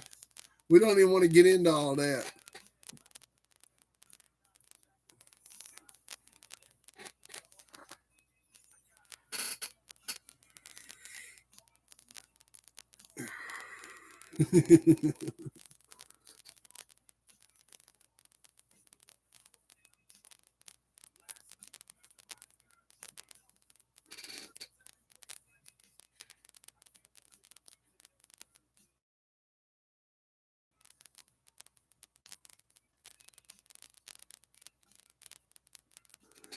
Oh man, Patrick just mad. I fired him. He used to write for me. He was one of my writers for the Game Dog Times. And he sent us a couple dogs over the years, man, and never could get a decent dog from him. And the last dog he sent us was a dog named Crusher. And at the pig picking, we had won a match with him. And man, the only reason he won was the other dog quit on top. I mean, Crusher was losing the whole time. The other dog quit on top. When it was over, Crusher needed to win one more to become a champion. And Pat Patrick asked me to find a soft spot for the dog. He said, I told him, I said, he's not worth matching again. He said, well, there ain't somebody you could find to run him out to for his championship. Now think about that. There ain't somebody I could find to run him out to for his championship. Now, out of the 70 champions that he's got, how many people you think he's asked to do that? Because he sure as hell asked me to do it. And when he asked me to do it, you know what I told him to do? I told him to get fucked. I said, you're fired as a writer and you can go fuck yourself. I ain't never talking to you again. I never spoke to him again from that day forward. Not one word. Not one word. And that's why he wrote all, that's why he says all that shit. Yeah, he's a fucking nutcase, man. That motherfucker's retarded.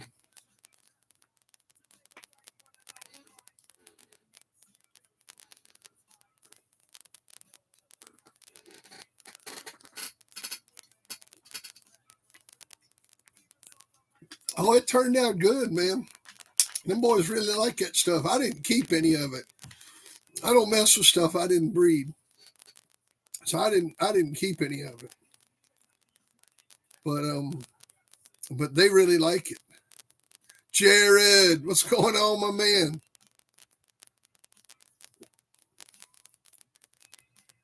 Where's that Sour Patch at?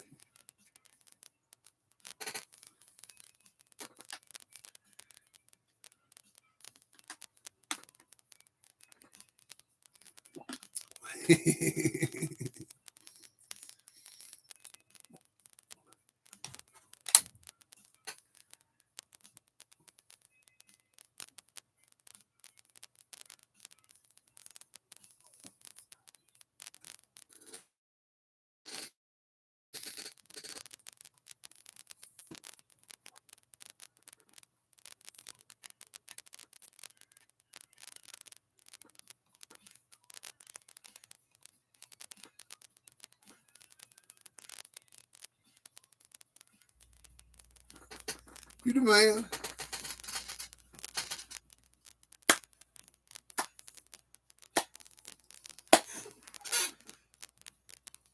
Where are we at on the auction? I think we got $75 with who bid $75? Somebody bid $75. Let's go back here. Who was it that bid $75?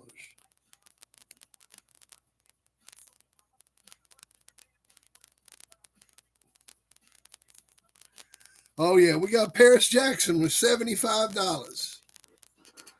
Paris Jackson with $75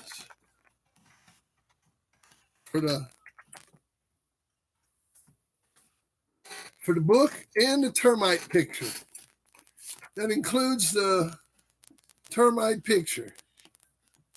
Y'all love that termite dog? Let me give you a picture of him. Nice 4x6 of termite in color with the color book.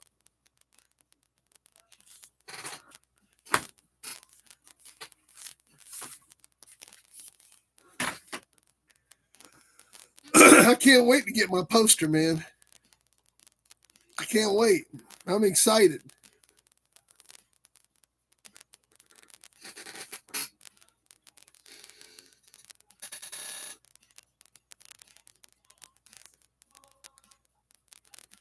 Well, Perry's a good guy, man. You tell him I said hey.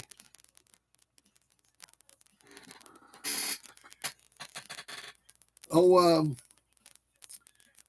one good Indian Sunny story I got. I refereed Jesse Rod's Maverick when he went into STP, and I refereed that match.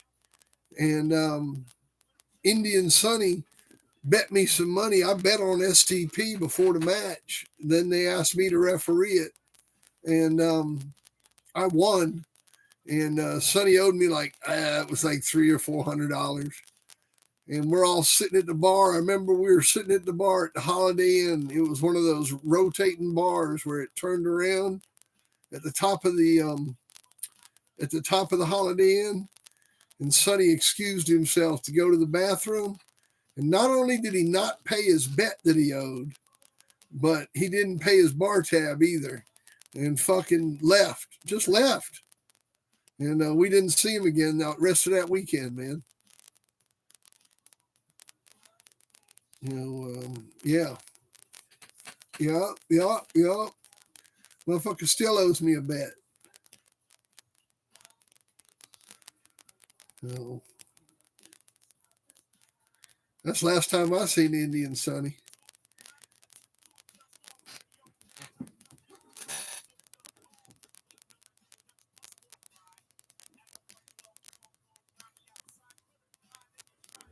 That's true, Ben.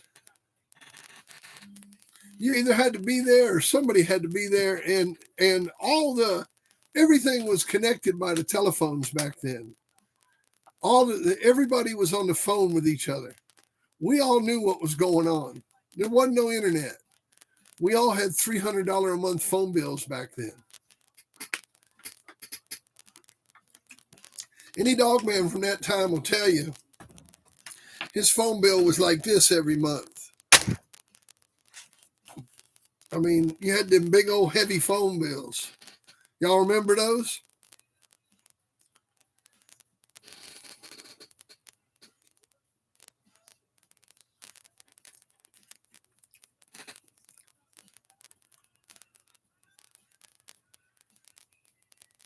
Oh, Sonny's a nice guy, man. He's just a hustler. He's a born hustler. He's just born to hustle, man. He hit the ground hustling. I got nothing against him. I'd like to have my $300,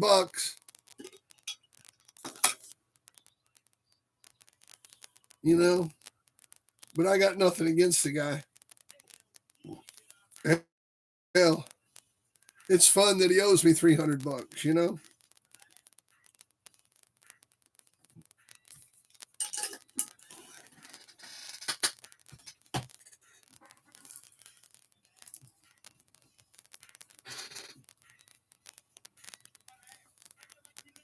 Oh, yeah, man. I went to plenty of rooster shows up in West Virginia and here in Virginia. I mean, I live in Danville, Virginia. We had the Do-OK Pit and Dan River Pit. We had all kinds of derbies down here. Yeah, back in the 80s and 90s, man, I used to go all the time.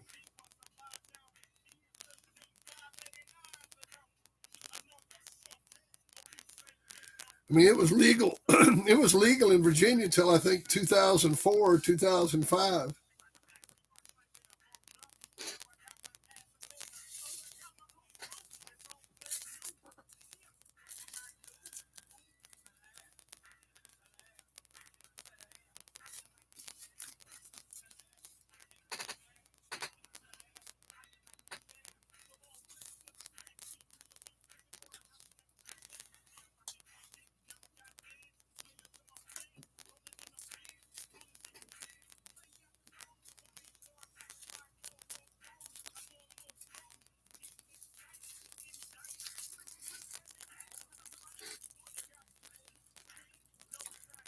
Oh, Peter, you've never watched that movie? Lord almighty, son.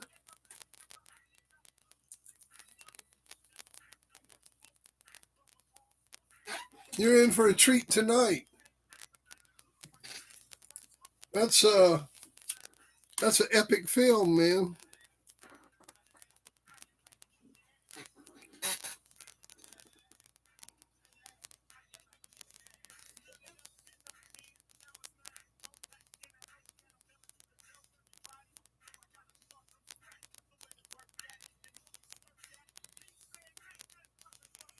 Oh, you'll love it, man. The first 5 minutes of it, geez, man.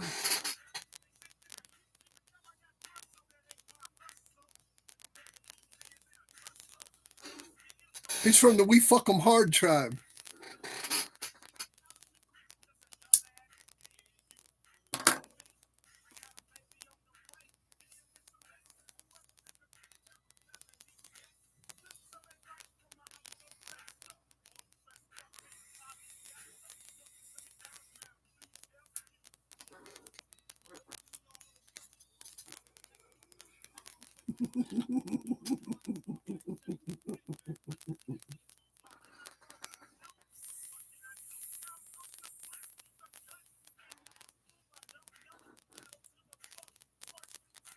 All them fancy guys used to get whooped all the time, man. All them famous dudes.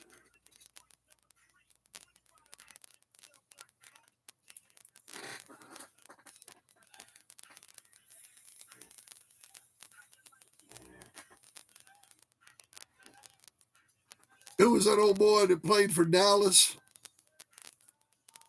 I seen him lose 2 one night. And I was picking on him about it. He didn't think his shit was too funny. Yeah. He was putting 2 empty Sky Kennels in the truck. I said, damn, man, you made 2 bad choices this weekend, didn't you? He looked at me like he wanted to fucking kill me.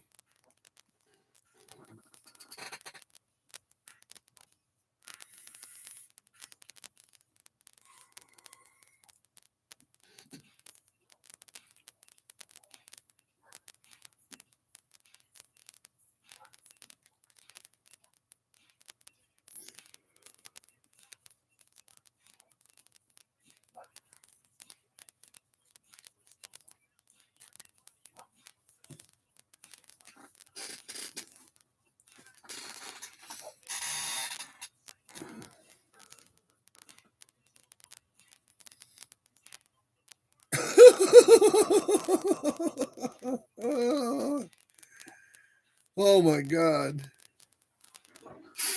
Yeah. Yeah. And I created Tom Garner.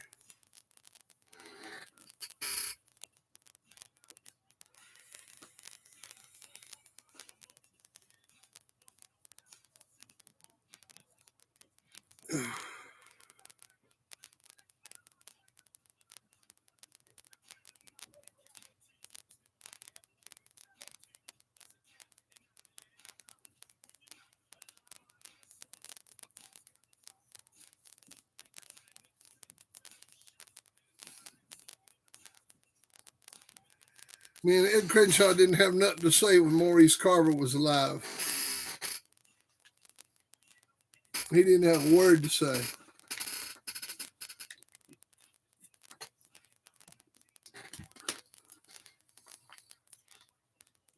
And if he had anything to do with the success of Carver, why ain't his dog's worth of shit today?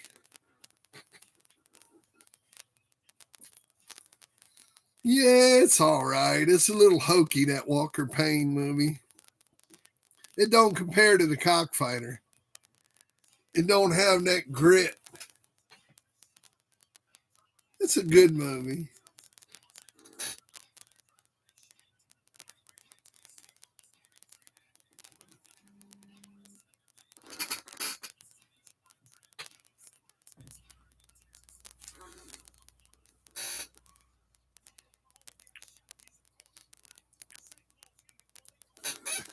I'll tell you what's my favorite dog fighting movie. Y'all ever seen the Royal Tannenbaums?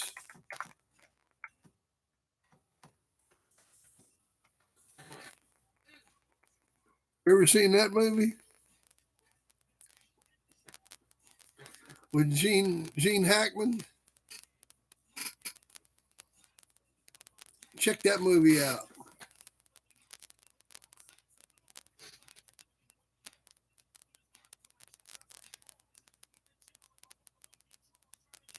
Royal Tannenbaums was the shit, man.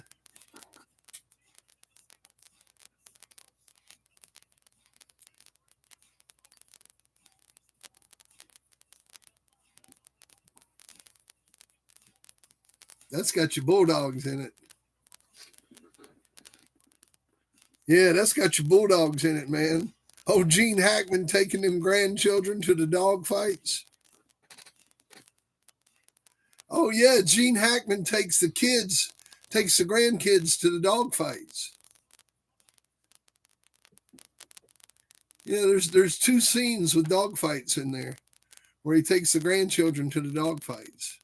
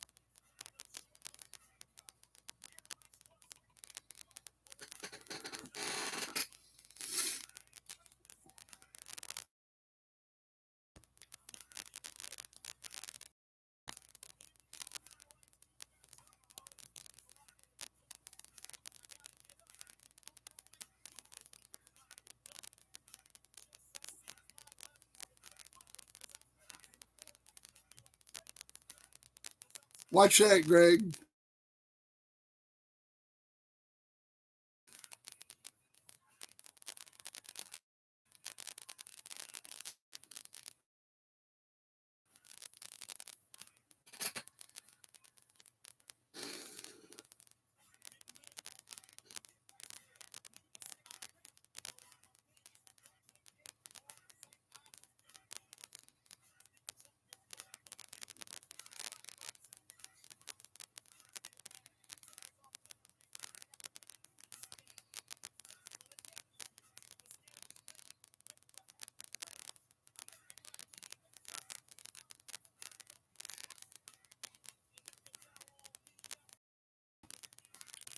I can't upload that picture.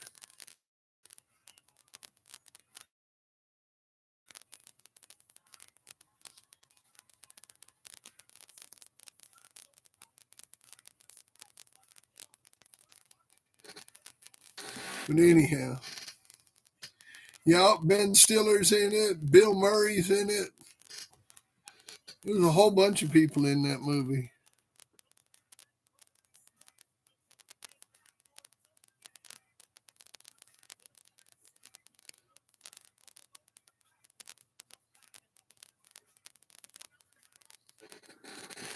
Yeah,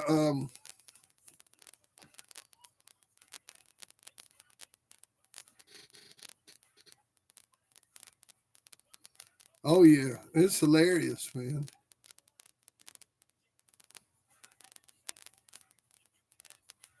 All about rich people and their problems. Their big problems they got. Problems of the rich.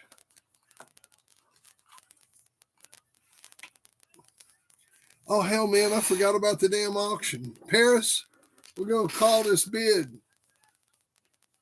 I'm gonna call the bid. I gotta call the bid. I'm gonna call the bid. See, they say I sell all the time, and I don't sell this shit all the time. We got a $75 bid on this piece. $75 bid. That includes the book and the termite picture. Okay, if you want to bid any more on this, now is the time. You got the book and the picture. 75, 75, 75. Do I hear 80? Do I hear 80? Do I hear 80? Do I hear 80 for the book and the picture? For the book and the picture, do I hear 80? Do I hear 80? Do I hear 80? 75 going once. Paris Jackson, 75 going once. 75 going once. 75 going once.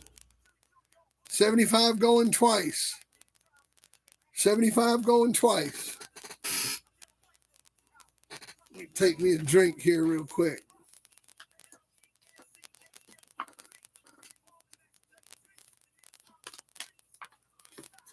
$75 going twice. I've allowed for the lag. And this sucker is sold to Paris Jackson. Woohoo! Woohoo!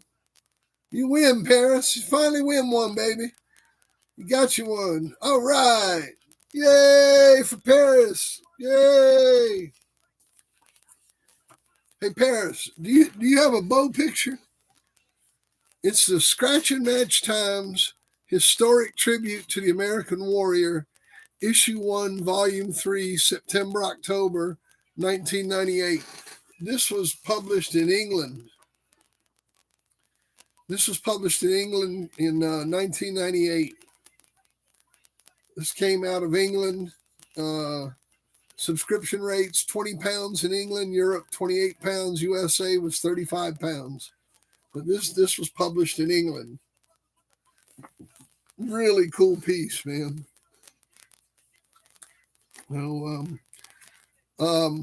Paris, do you have a bow picture?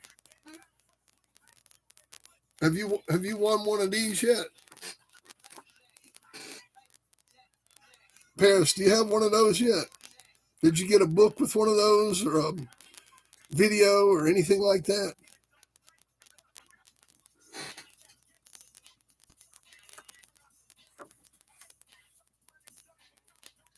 Yo, Paris, you got one of these?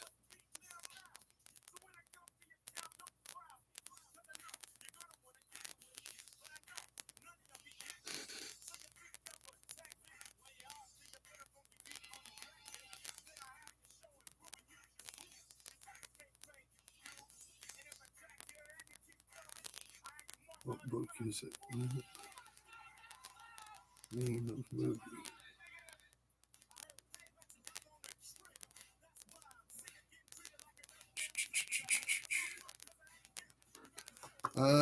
Is that a yes or a no, Paris? I guess it's a yes. You do have one, so you don't need one. Is that right? We'll just put that over there. All right, y'all. What do you want to do next? I can't do any DVDs because I'm out of DVDs. No. If I do them, I got to do them on the cuff, and I can't ship them until like Friday. So I really don't want to do that. I'd rather wait. So, but no, that whole book was in color, Brandon. The whole magazine, every page had color pictures on it. That's pretty cool. Name of what movie, Paris?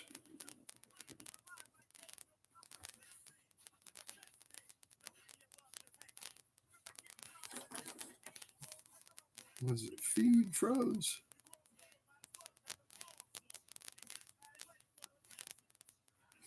No. All right. So you're going to write a movie about a young runaway that bumps into a discarded dog. Well, first thing, Paris, do you have this picture? Do you have that picture of Bo?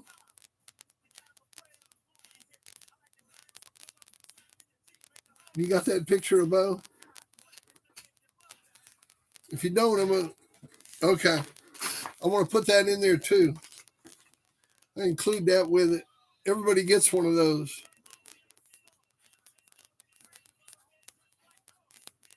Baddest 44 I ever seen. Fatv.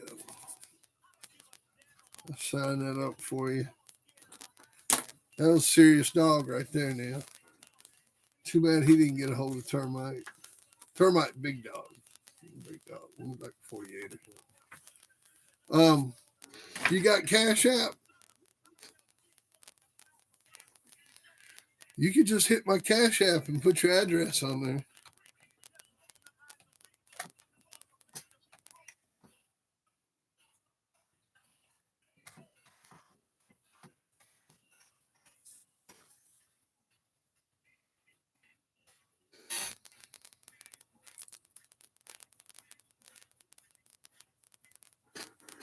Well, I'd have to put Tornado.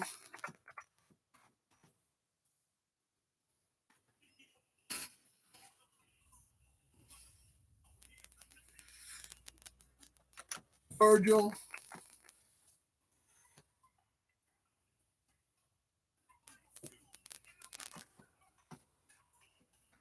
Tyrone.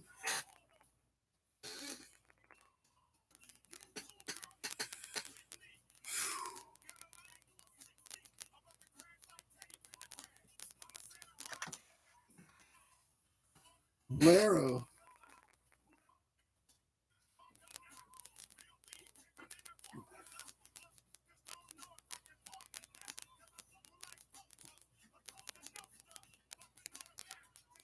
And then that's tough to even say that, because Orangadanga. I mean, you know, it's just it's tough to say, man.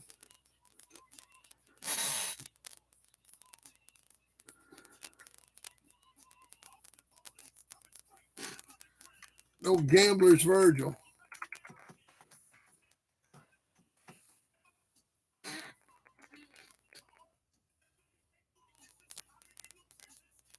I'll tell you what, man. I seen that dog his fourth time out. You'd have thought it was over.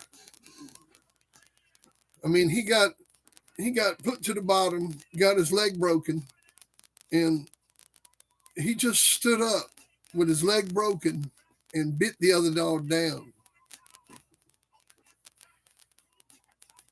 I mean, he was a bulldog right there.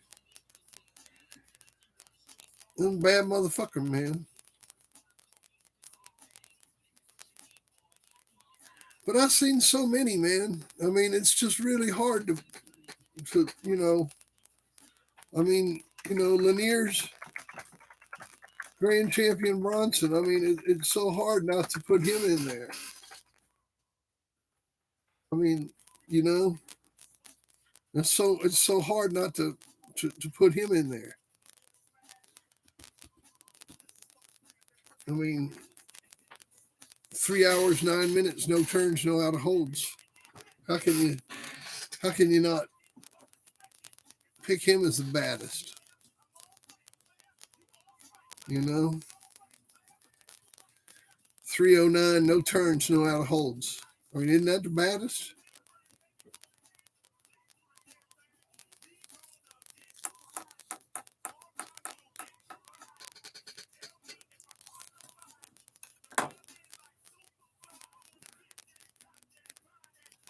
There you go, Paris.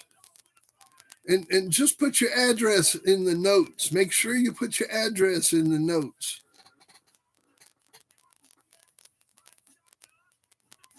I paid the shipping on it.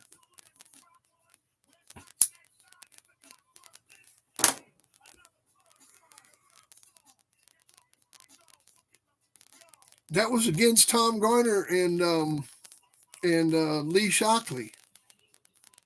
We went into a dog out of Chinaman and Lady Snooty.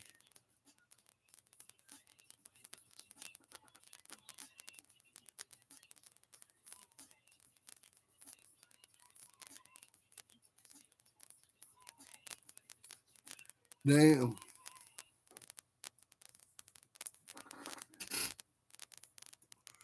Well, I've seen a couple dogs off of her go.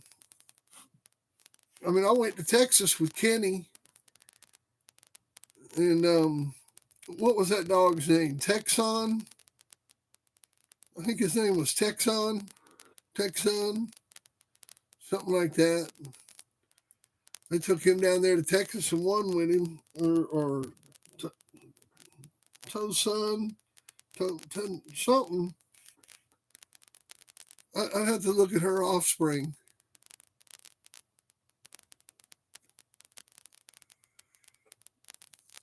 Well, they're not.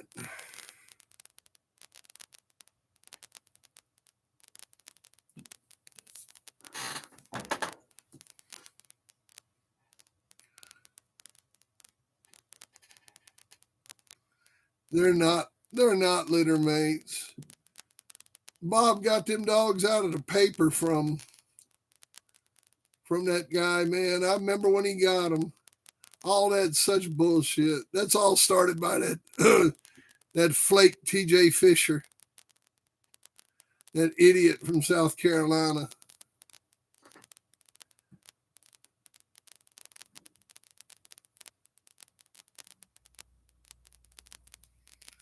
Let's see here. That dude wishes that he wishes.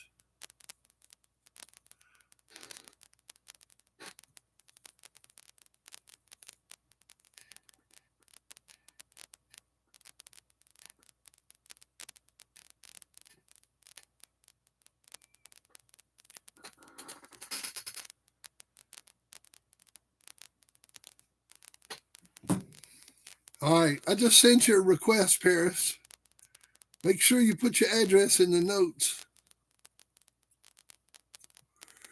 Yeah, and who cares if they are anyhow? Neither one of them produce shit. You know? I mean, neither dog's produced a damn thing. I mean, pretty miserable production out of all that stuff. Whether it's Panther or whether it's Shiley's Shakalaka Daka or whatever the fuck it is. All that shit's miserable production. And that whiskey dog's a fake champion anyhow. That boy made that story up after Ben Kalapi died. He can't verify any of that shit. It's all fake. That guy TJ Fisher, he's one of those damn fake dog men, one of the biggest, fakest dog men on the planet.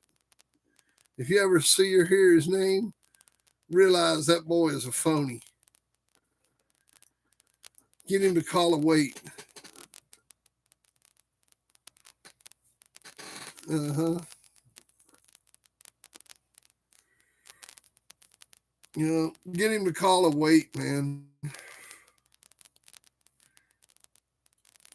Get him to tell you about one single match he ever had into a known dog man. Into a known dog man. What do you think of the hobby? Oh, man. That's some of the best of the old Carolina stuff. You know, James Edwards, he bred all that stuff. Molly B, Big Boy, Big Ben, all that stuff, man. Coming down out of that Beals Powhatan bitch.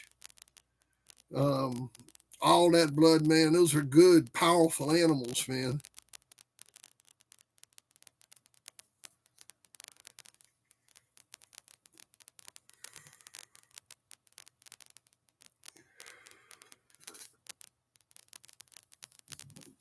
Okay, Paris.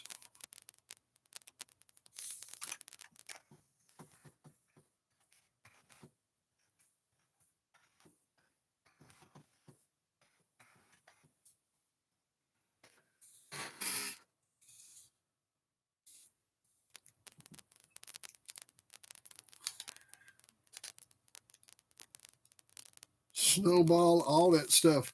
I got a lot of it in my pedigrees, man. You get back in Bolero and them, I mean in Donald's pedigree. Every time I breed that Bolero blood. Am I still freezing?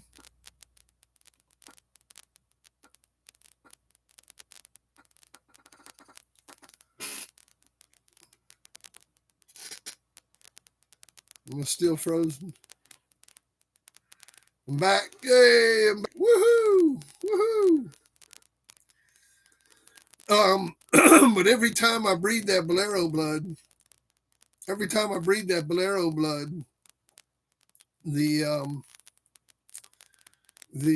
those three pedigrees reproduce behind it.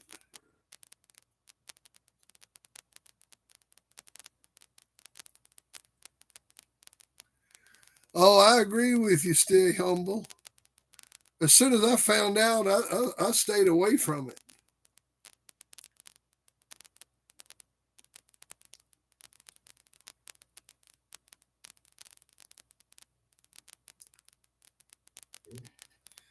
And don't forget, the Amos dog is out of Rascal. He's not out of Snooty.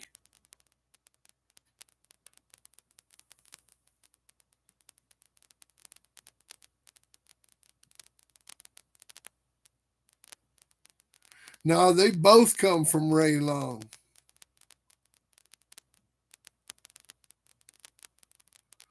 He said they both come from Ray Long.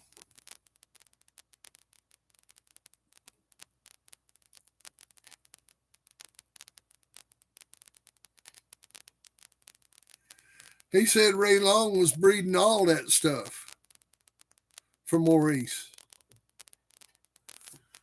If you listen to him in the video, in the recording, he says Ray Long was doing all those breedings, and that Maurice was just taking credit for it. That Ray Long was doing his breedings for him.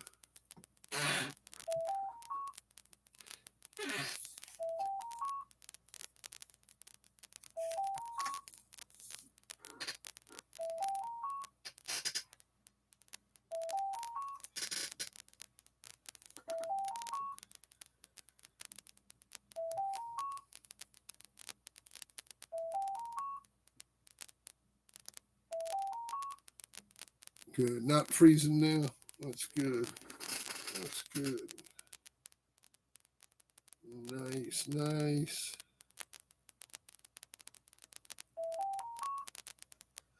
Hang on one second.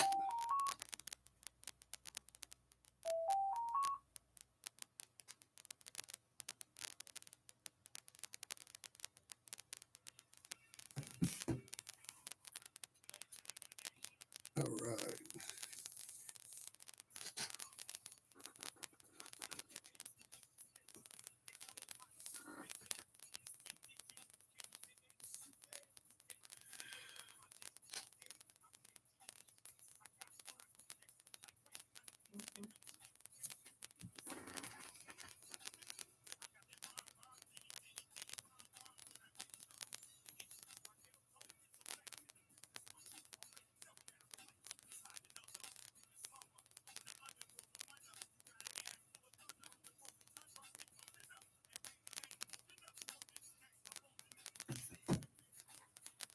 All right. All right. So what else is going on tonight? What do y'all want to talk about? My notes here. I've been working on my list. I got my list looking pretty good for my t-shirt. See here, we done talked about Mayfield a little bit. We've been talking about breeding. And but one guy was talking about why would people breed the snooty after he got counted out. Well, shit, man. You know, the thing is that every pedigree out there has got a dog in it that quit. You can't show me a pedigree that hadn't got a dog in the pedigree that wasn't counted out. Not a single pedigree. Show me a pedigree that every single dog in its game. Hang on a second. Hello? Yeah, Bill. Yo. Hey, what's the pin, man? What's the pin? I need it right back. What's the what? What's the pin? Is this Bill? Yeah. Bill, what's the pin? I need the pin number. What pin number? This is, this fat Bill. Yeah. Long Bill. Oh. This is fat Bill. What's Bill to do? Bill, I'm streaming, man. I know. I got the long Bill. That's okay. Bill. That's all right, buddy. I'm watching you stream. Okay. All right. All right. Bye. I thought that was an emergency. He kept calling me. He kept calling me and calling me. Well, I like mother to son breeding, and the reason I like it is because it captures those maternal genes. I mean, to me, the mother to son breeding is one of the better breedings. You know, I mean, my bitches are my most powerful tool. You know, it's very, very hard for me to get a good female. So I'd rather load up on my bitch side than I'd rather load up on my male side. You know, the females are the hard part to get. when it comes down to males, I mean, they're a dime a dozen. I mean, they're no further away than a stud fee. I mean, I might not have the dog, but somebody's got the dog I need to breed to.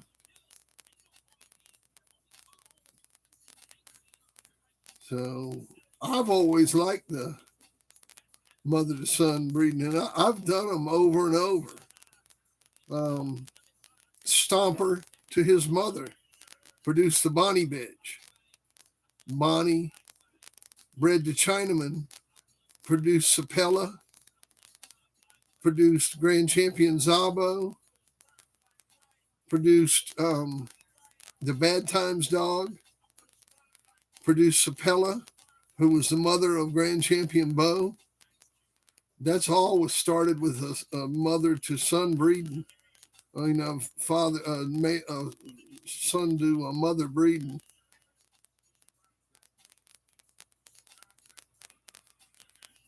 I bred Two Eyes to New Granny and got that Petey dog. And he's been a very, very good producer. So I find those type of breedings where it captures the maternal side, where it captures the bitch side, a lot more beneficial to me than breeding the male side of the pedigree.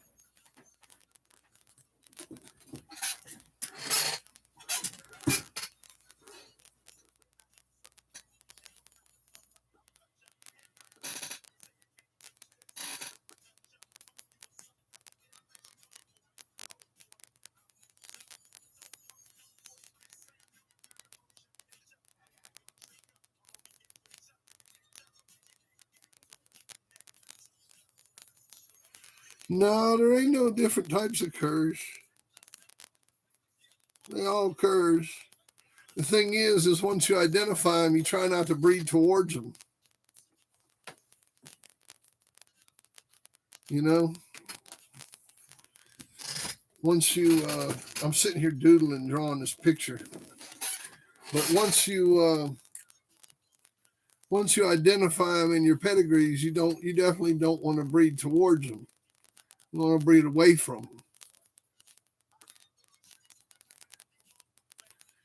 You know, that's why I stuck with the Bolero stuff, because her parents were two of the gamest dogs I ever owned. And, you know, you got to stick with what you know.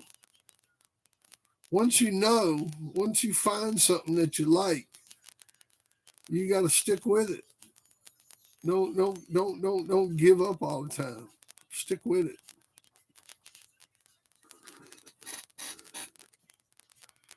I say the Amos dog was out a rascal.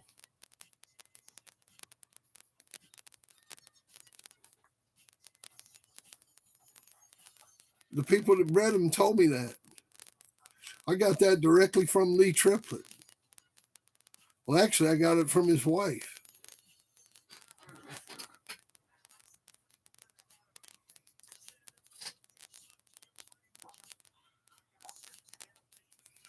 You know, there's lots of people that want to disagree with it, but it makes a hell of a lot more sense when you take Stomper and breed him to a daughter of Pedro, and you get 30-pound dogs with Amos being out of rascal than it does him being out of Snooty.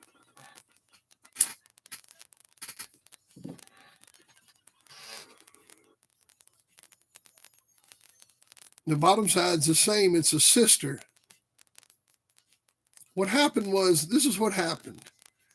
They took a bitch down and bred it to Snooty.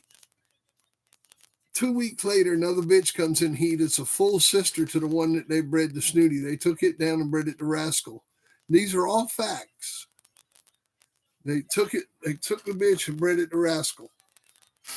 The Snooty litter was born. They were fine.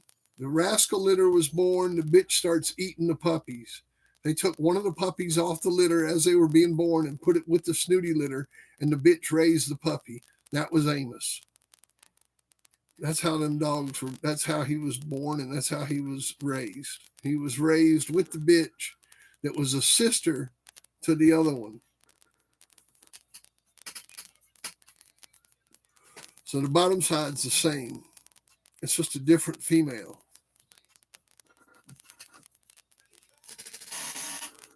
That's why you'll see the bitch on the bottom of it sometime as Clementine and sometime as, I forgot what the other one is. And sometimes you'll see Amos as Stephenson's bullet, and sometimes you'll see him as Amos.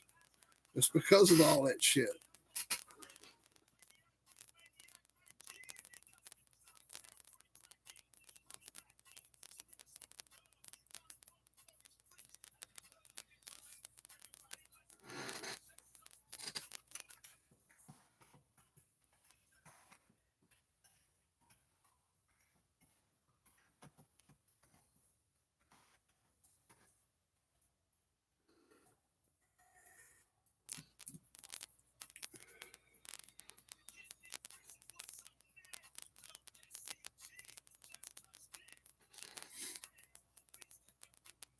Yeah, man.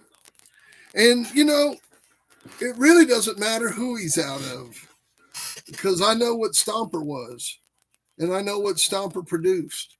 And I just go from Stomper forward.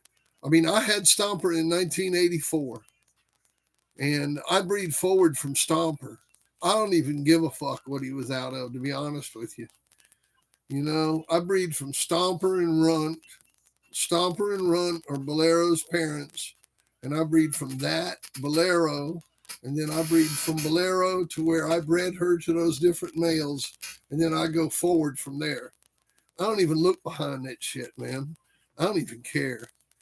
I mean, it's cool and everything, and it's all wonderful and all that shit and yada yada yada.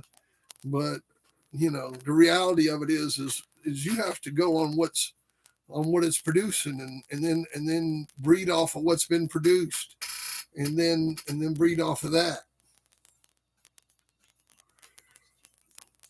And as you can see, I'm getting pretty damn good results because if you look back at a picture of, say, Stomper or Black Rose or something like that, and then you look at Donald, it's the same fucking dogs, man.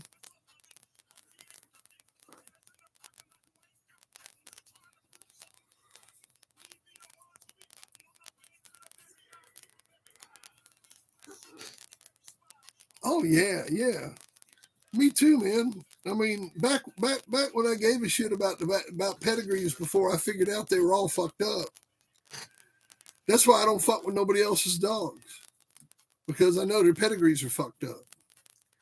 But see, my shit, I know my shit's bred right. Like when you look at Donald's pedigree, you can go all the way back to where Jerry Clemens' name stops, and you can go all the way back to where my name stops, and then pedigrees are right. They're exactly right. They breed they're exactly like they say. Anything behind there, I don't know. I got no idea. But I can guarantee them suckers back to Jerry Clemens' name and to my name. Guarantee them.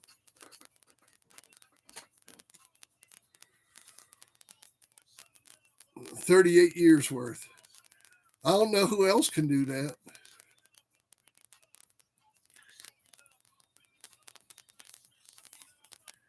We hold the record for the most DNA markers on a dog. Did y'all know that?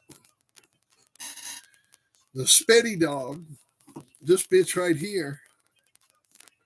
Let me show you.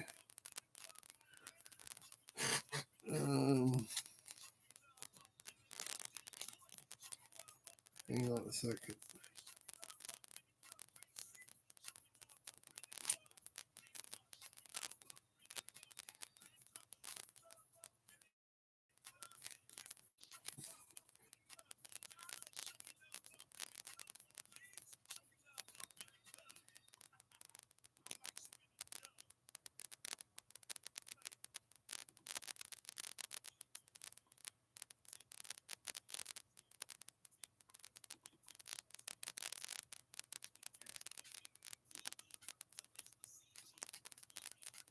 This dog right here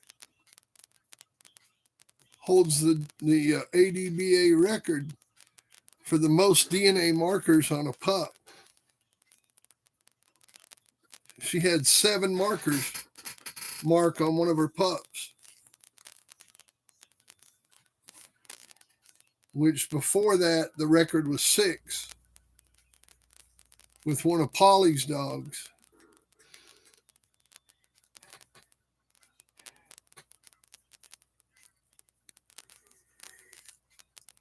Well, they're just dogs.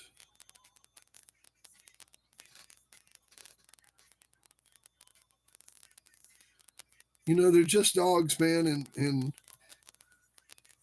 you know, 99, the best thing to do is just take them as they are, man. I mean, I'm getting good results, and I ain't done nothing with my dogs in 20 years. I'm just breeding off of what I like about the personalities and the behavior, structure, tractability, loveliness.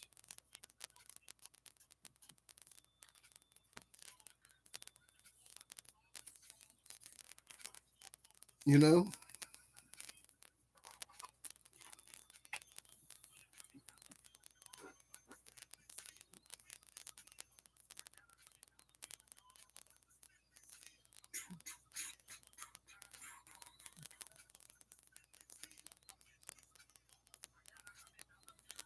talking about that dollar bill, y'all. Damn dogs barking. They singing about the dollar bill.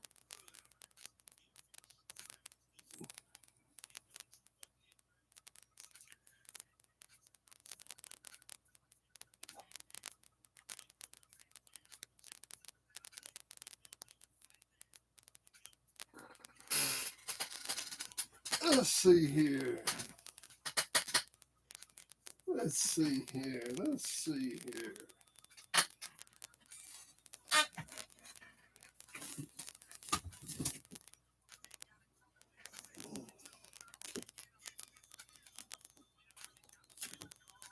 What do I got here?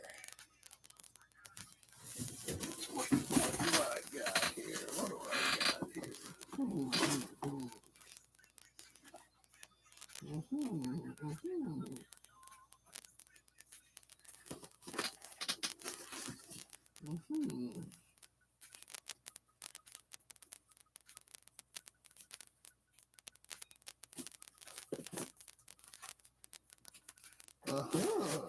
Oh, that's a good one there.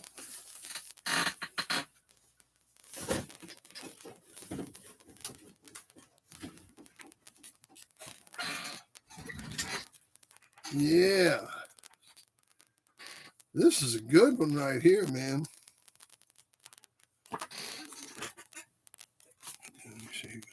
Did you put them in shape as well as handling? Oh, yeah, man. I was a handler and conditioner.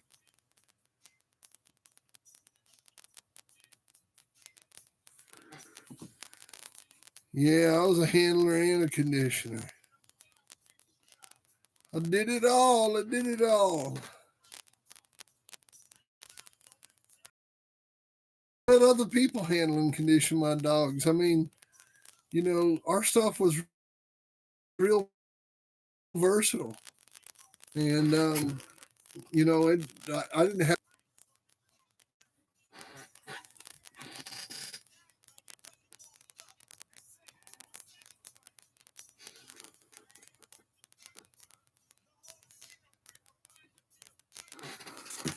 Check this out.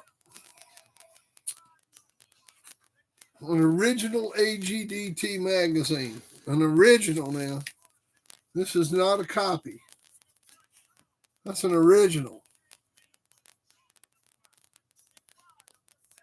Right off the real deal. August 2001. Got on the front cover White's tab, Ho and Julio's champion bumper, Limeade's champion Nasher, Patrick's tombstone. Oh man, I used a cat meal. You got to watch my video, Dogman 2000. It's got Tombstone Register of Merit and Dogwood's Champion Thor all on the front cover. Inside front cover got a picture of me and Baker Davis. See that? That's pretty cool, man. Talks about my visit with Baker Davis. I wrote a long story here at the beginning. And it's a cool issue, man. It's got these long pedigrees on these dogs. These 6th generation pedigrees. It's pretty neat, man. Nice issue. Lots of pictures, pedigree, stories.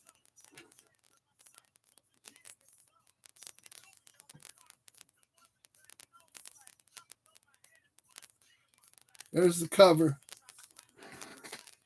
And the date on it is, it's volume 15, issue number 2, printed August 20th, 2001.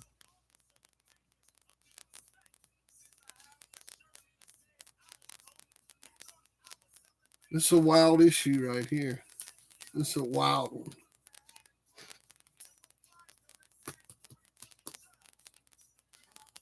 Let's see here. Let me put a good picture with it. Let me see what I got. Oh, I've been breaking out the picture out.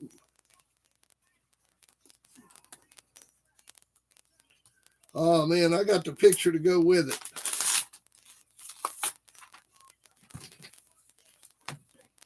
I got the picture to go with it. I got you a picture of Frisco pissing on his doghouse. Can you see that? Hang on.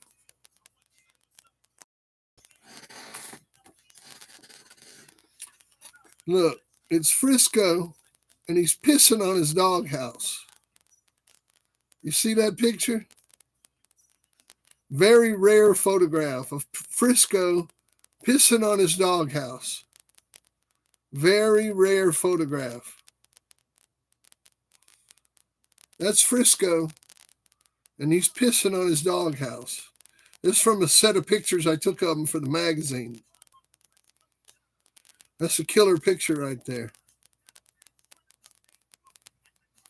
Oh, I got this picture of Frisco here, man, pissing on his doghouse. Trying to show it to you. It's kind of hard to show it with that damn blue light. So I can cover that. So you can see it. There it is. See old Frisco pissing on doghouse?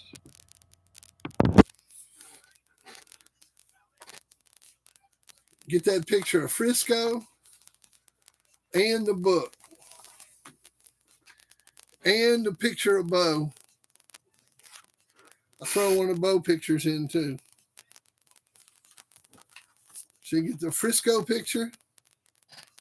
Frisco pissing.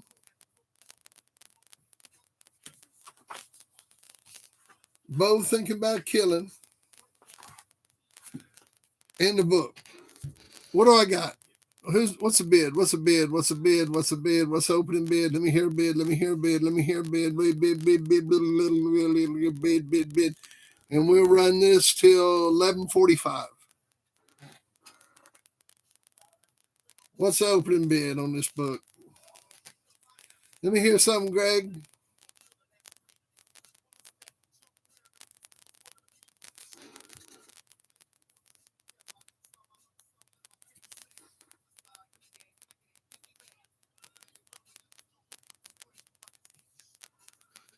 You sure?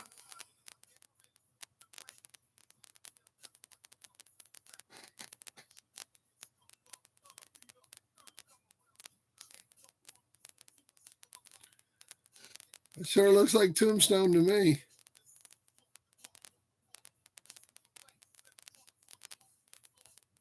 $30 bid. I got a $30 bid. That's a good bid. That's a good bid. That's a good bid. $30 bid. I'm gonna put it down. Champion Marcus is in there with the $30 bid, $30 bid, $30 bid. But let's see what's all in this book.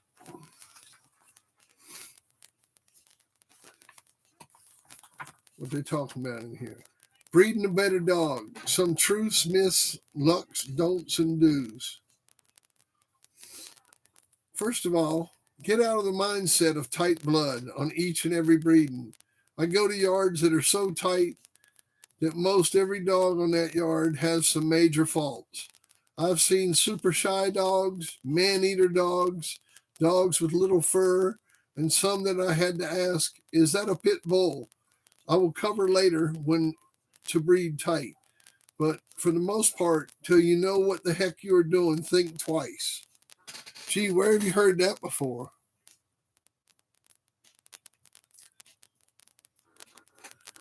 Where have you heard that before?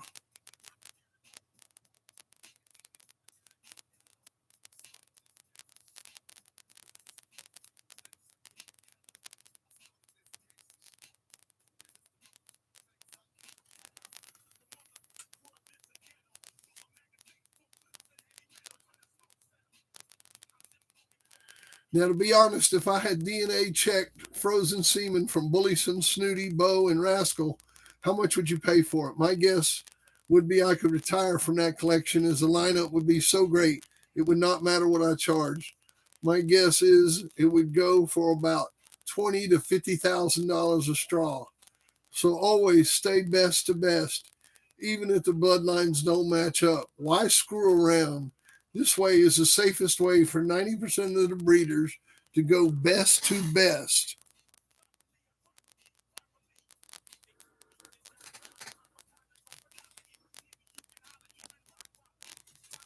Yeah, this is a good article right here, man. I like this article.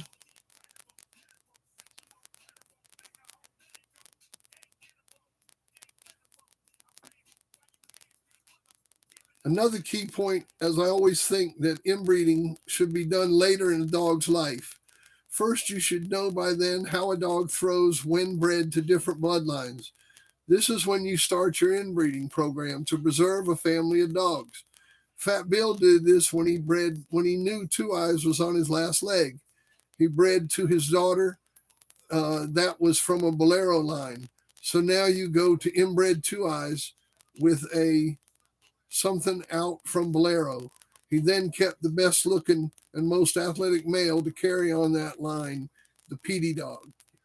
No, the King Tut dog.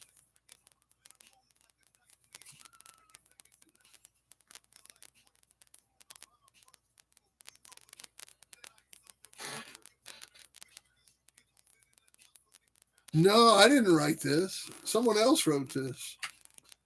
This was written by Bulldog Boy. I don't know who wrote this. I'd have to go back and look it up. But it's just typical knowledge.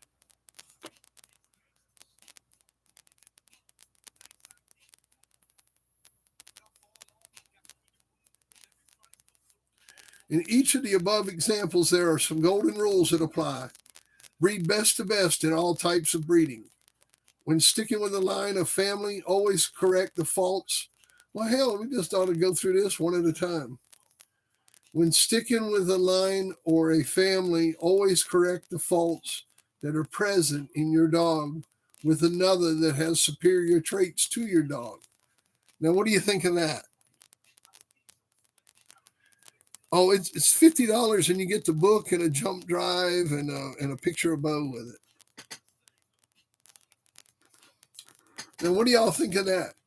When sticking with a line or a family, always correct the faults that are present in your dog with another that has superior traits to your dog.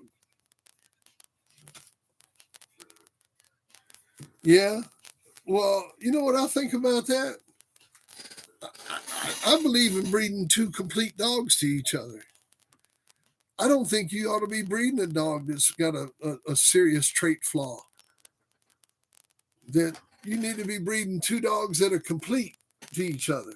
Like this dog shouldn't have no flaws. And this dog shouldn't have no flaws. Breed them to each other. Flawless dogs. Best of best. That trying to upgrade bullshit and making chicken salad out of chicken shit, I think he's wrong right there.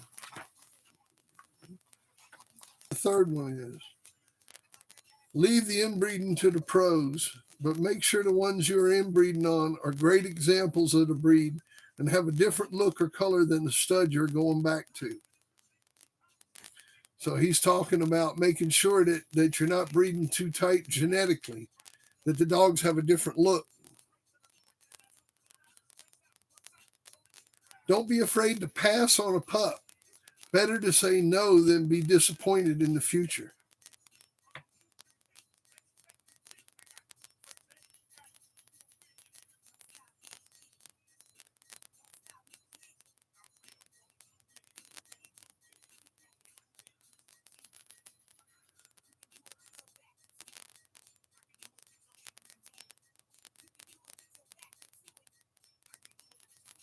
If the siren dam look a whole lot different than the line of dogs, you need to pass. Yeah, this is a pretty good article.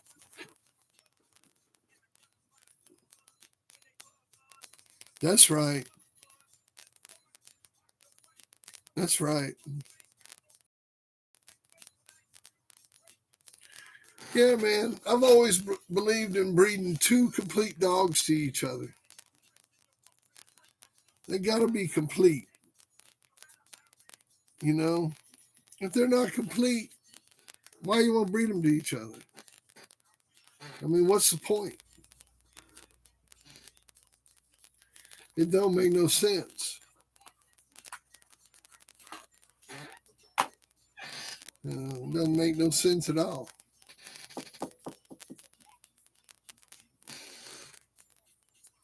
Should be breeding best to best at all times. And the reason he's saying that when you are doing inbreeding, make sure that the dogs, you know, like about the color. Well, it's like Floyd Boudreau talks about red dogs popping up out of his yard once in a while and how he'll keep them. Because even though it's all black dogs, you'll get a red dog pop up. So that's a genetically different dog. So that dog can withstand inbreeding more than a black dog can. So I take a red dog from a black bloodline and inbreed it back to a black dog. It's gonna take that inbreeding better than two black dogs will. You understand that? Do you dig that?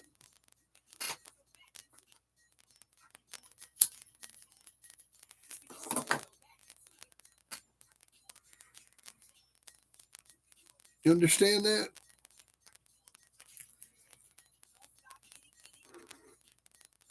Nah. See, that's a big old fault right there. I mean, if you got a man eater, number one rule with a man eater, as soon as you identify him, is put him down. I mean, if you can't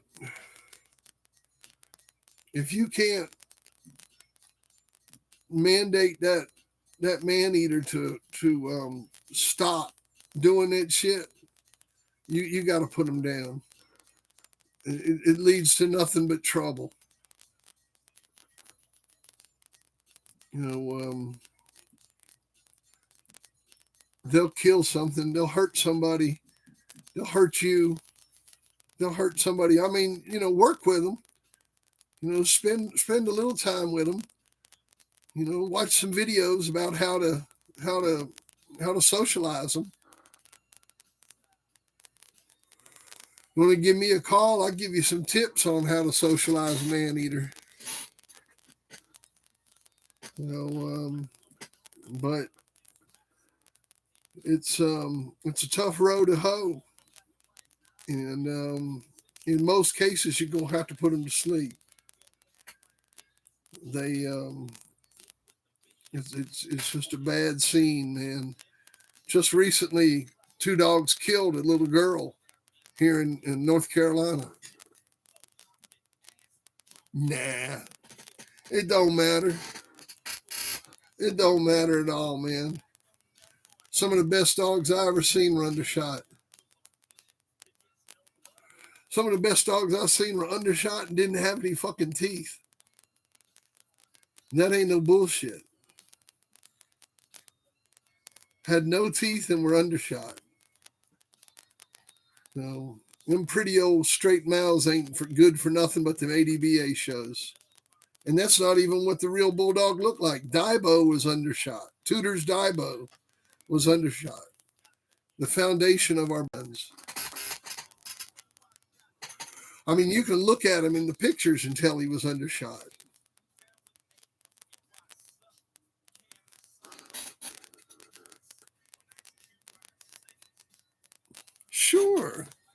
Sure, man. First of all, you know, when you're trying to get a dog in shape, take your time. You know, don't ever get in a hurry when you're trying to work a dog. Get you a good set of scales and get you a good set of standing scales where you can weigh the dog.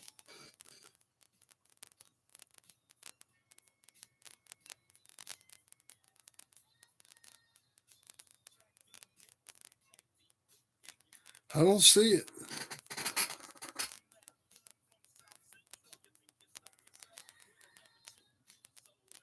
But anyhow, take your time, man. Keep your food simple. 1,000 milligrams of vitamin C, 500 milligrams of iron. Add that to your regular food. Give them a couple tablespoons of flaxseed oil, a couple tablespoons of coconut oil. Get you a good whole food supplement. You know, you find something at GNC or, you know, use that canine and super fuel. And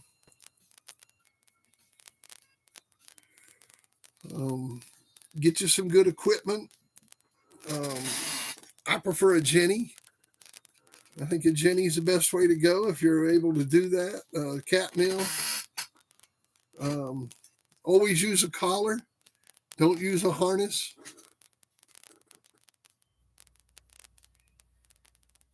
A harness will hurt a dog.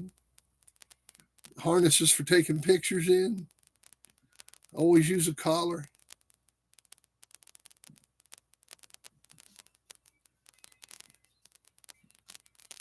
I've heard of doing that. That's just where you're feeding them straight protein. That's kind of like a Atkins diet form, where you taking the carbohydrates out of their diet for about 3 or 4 days and stripping all that fat out. But see, I'm more in the school of putting weight on them. I'd rather have a dog that if I'm going to work a dog, I'd rather have him 4 or 5 pounds over the weight and be sitting there about 12 weeks out. If he's going to pull at 40 pounds, I want him weighing like 45 pounds, 46 pounds, 12 weeks out.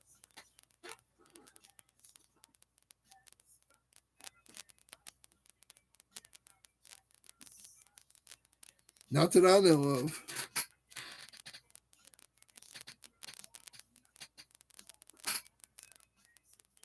I didn't keep up with any of that stuff. I don't know.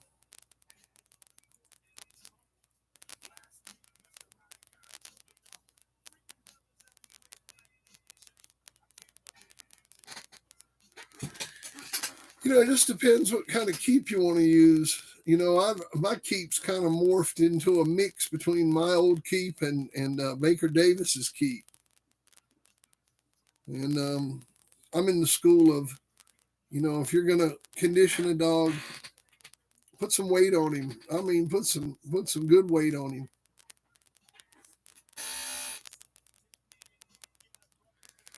Well, the problem with a harness is, think about it. That harness goes up underneath his legs, goes up underneath his shoulders, and that dog pulls in different directions in that harness. You can pull a shoulder out with that harness. That harness will pull a shoulder out on a dog. You can hurt your dog with that harness. If that dog jerks in the wrong direction, you can pull a shoulder out. I guarantee you can do it. And you'll do it. You'll do it with 2 weeks to go.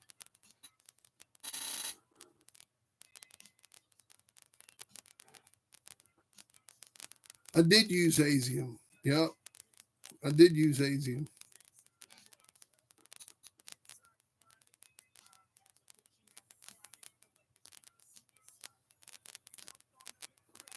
With the collar, you got full control of the dog.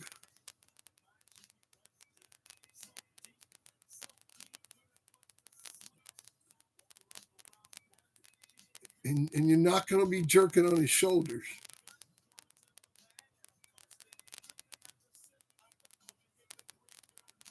You got to be careful of a dog's shoulders. It's a very, very sensitive area. No, never put the print.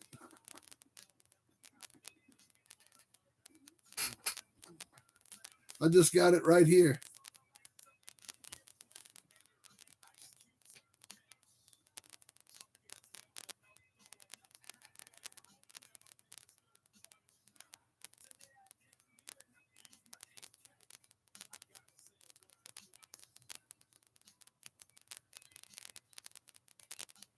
He sat down and told me the whole thing.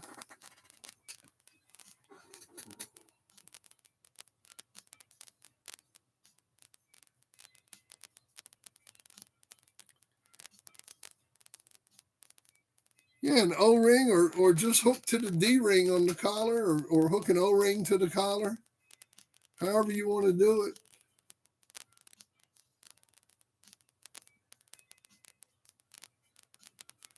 You can just hook to the D-ring on the collar. Get you a good 2-inch collar. Nice, thick 2-inch collar, double padded. Nice walking collar, you know.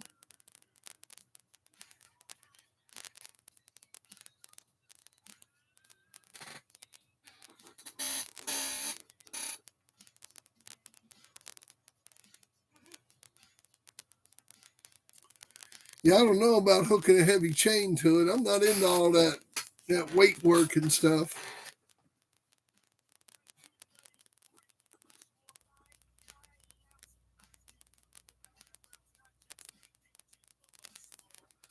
Williams Misty Blue. Hang on a second.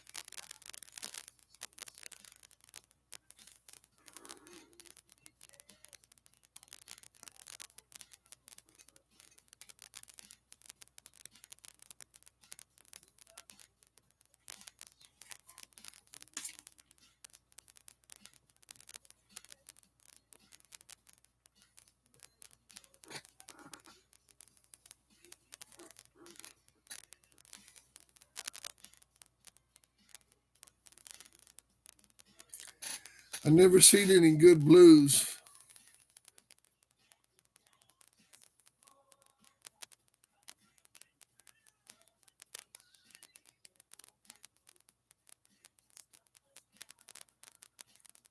I didn't use steroids the last 5 years that I was in.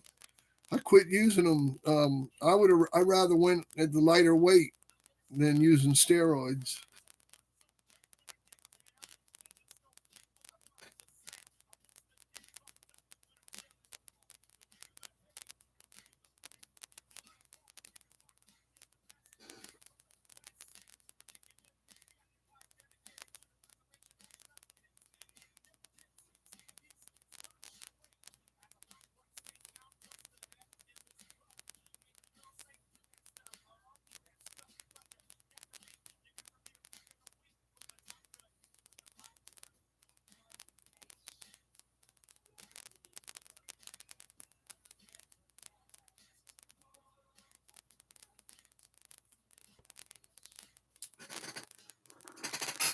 Yeah, that's a cool pedigree.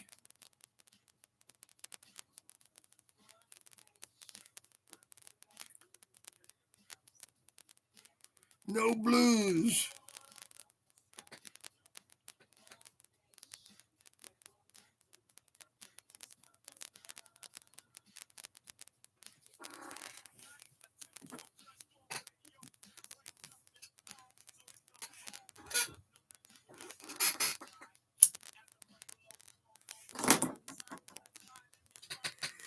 All right, so we're bidding on this original Game Dog Times, and it's coming with the original color picture of Frisco pissing. You got old Frisco taking a leak right there. You can't really see it good, but I swear it's got Garner's Frisco taking a piss on the doghouse. And you get the book.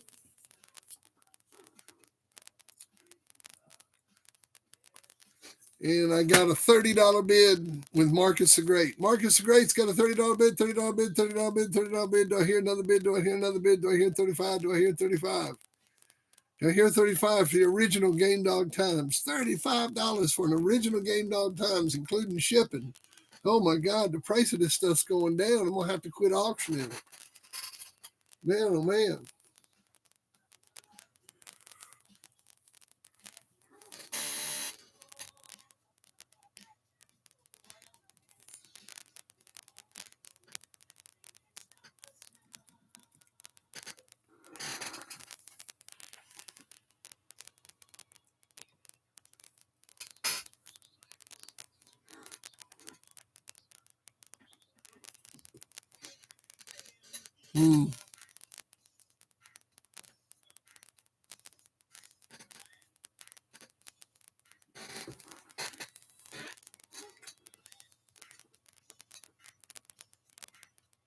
That's right. Only blue Benjamins. No blues. Just the greens. We got 5 minutes to go. Marcus the Great playing by himself tonight. Getting ready to become a 4-time winner. Ooh.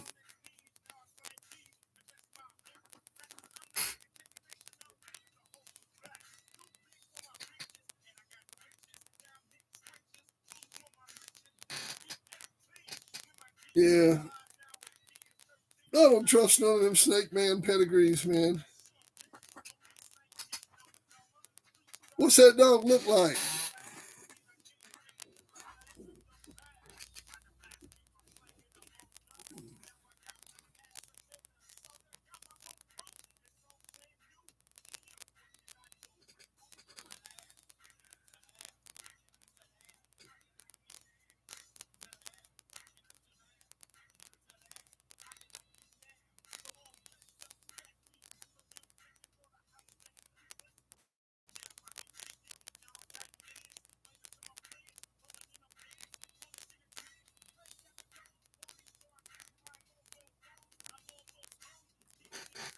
Yeah, I don't know about that, man.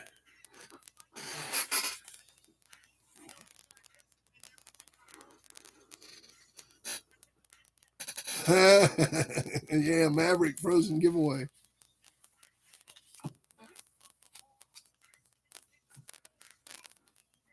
Auction off one of my statues.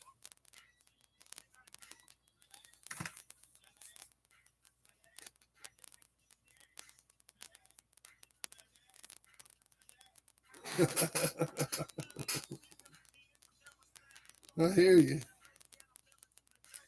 Give away some of that Maverick blood. No. No.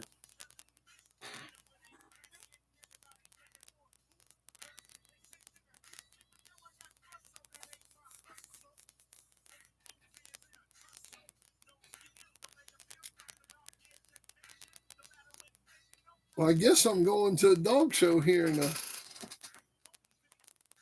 I guess it's coming up here in a couple weeks. The Tri-State show up in New Jersey. I'm gonna run up there for a couple days. Go to that dog show. So if any of y'all want to go, I'll be there Saturday and Sunday. probably only be there for a little while on Sunday morning, but I'll be there all day Saturday.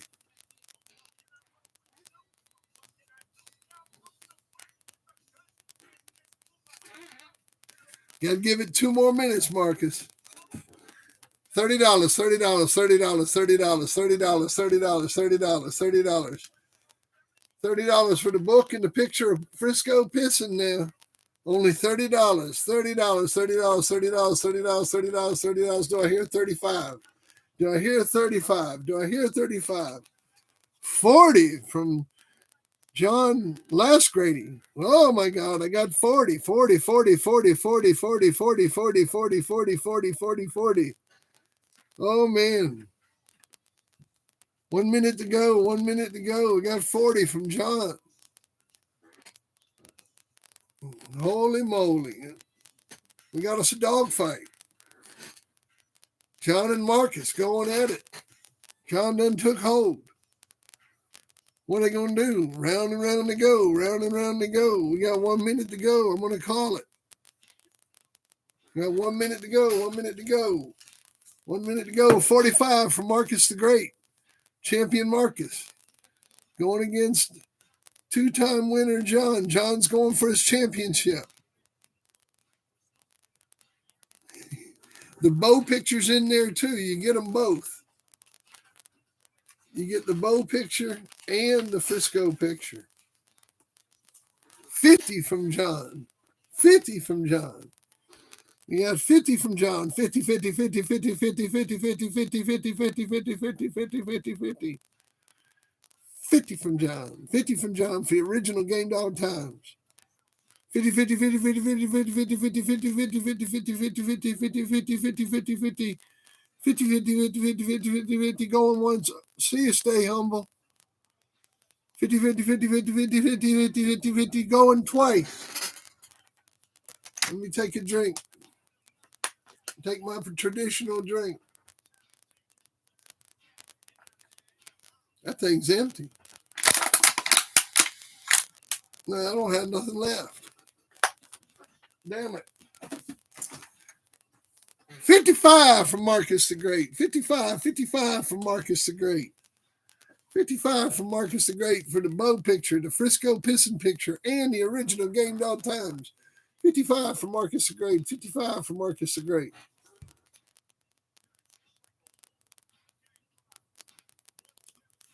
$60. Lord Almighty, Lord Almighty, Lord Almighty. John Lasgrady is working Marcus over. He got him and got him by the throat. Got him by the throat, got him down. Champion Marcus getting worked over. Lasgrady going for his championship. Back and forth, back and forth. 60, 60, 60, 60, 60, 60, going once. 60, 60, 60, going once. 60, 60, 60, going once. I'm going to go get a drink. I'll be right back. Oh, God.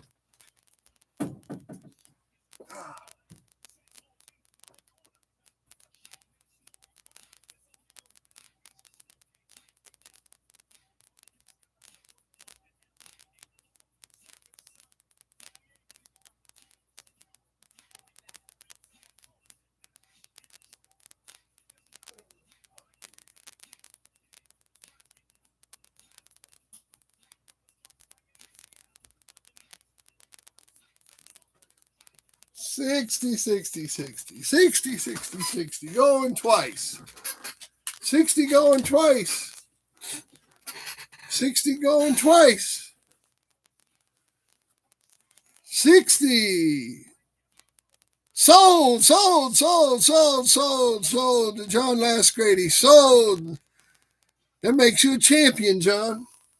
That won your championship, son. Oh, man. Marcus comes back with 65. Marcus come back with 65. The lag allows him in.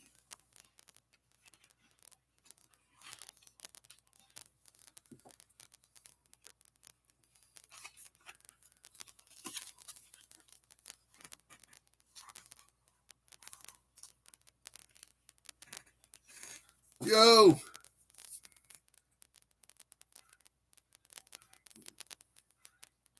Holy shit, man. Holy shit.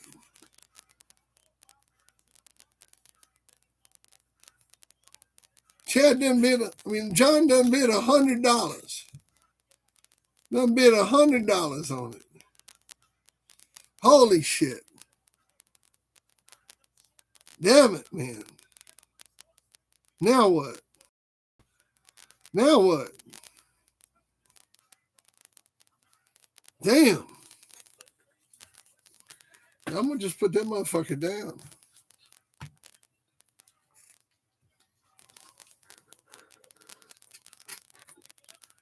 $100 going once. $100 going twice. $100.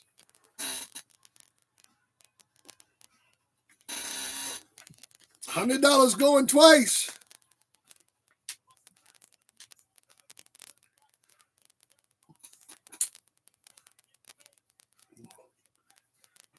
What's up, Marcus? Does he take it? $100 going twice. I'm giving you all the time I can.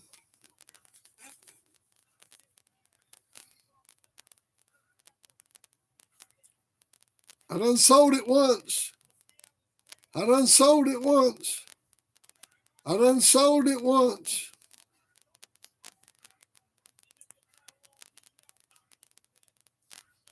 $100 going twice. Sold. And that's sold this time. That's sold. That's it. No more. Sold. Come on, Ref. Well, the damn lag, man. I hate it if somebody wants to make another bid, you know. I don't mean to be a dick about it, but you know, you see it where it lags. And then somebody bids after I call it sold, and I hate that shit. Oh, you were game. You were in there. You were scratching. You picked yourself up. No shame in your game, Marcus.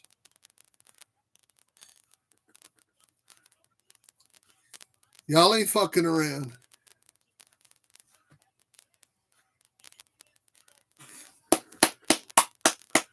That was a good one, man. And that ain't selling my book. The motherfucker talking about me selling my book half the time. Y'all like me doing that shit right there. I damn. If I don't do that shit, y'all drag it out of me.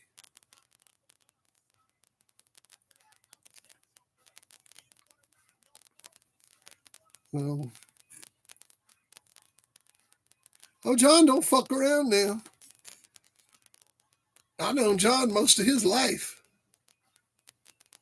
and he don't fuck around. He come from a family of people that don't fuck around. He from a good bloodline, man. He's well bred.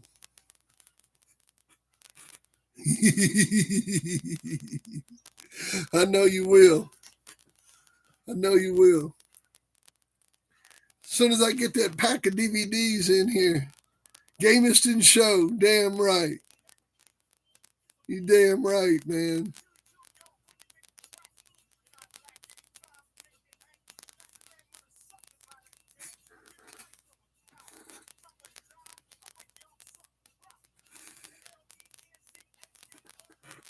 You the man.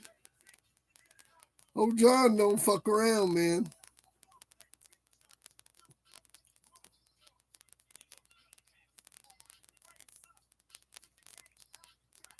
Thank you. Thank you very much. I appreciate y'all's participation tonight. Thank you very much. It's been a good chat. 33 likes, 32 people in the room. Good group of people. I got you, brother. You the man.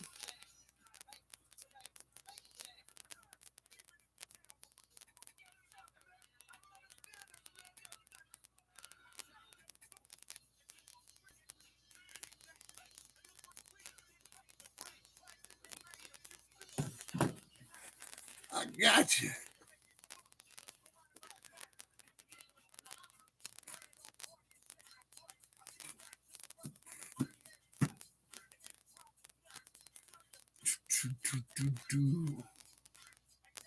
See you mañana. I didn't know Dave Adams. I didn't know him. He was kind of out and gone when I got in. All right, brother. That sounds good.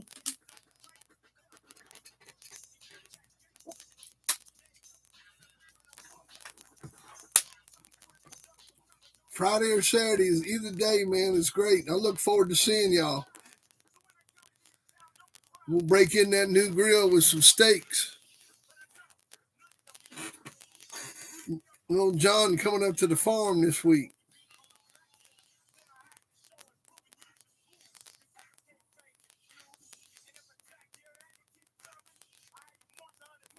That's going to be fun, man. We sit around and talk some dogs. I might even drink a beer or two. I ain't had one in a while. You might talk me into it. You know.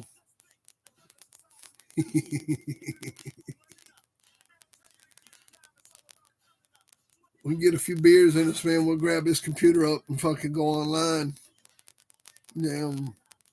Talk some major shit.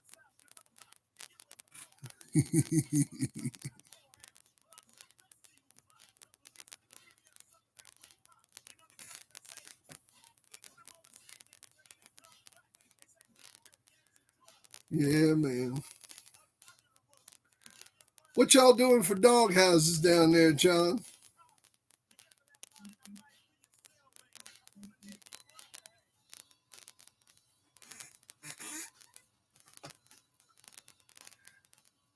You got anybody building dog houses down there? Any building any decent dog houses?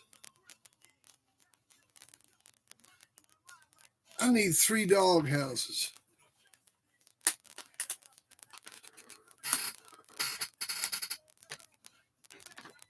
I need 3 brand new dog houses.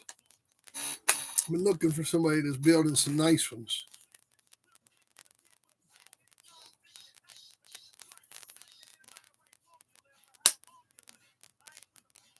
I'll tell you, old Mike Stewart used to build them for us.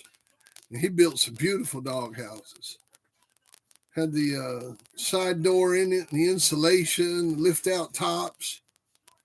Easy to take care of.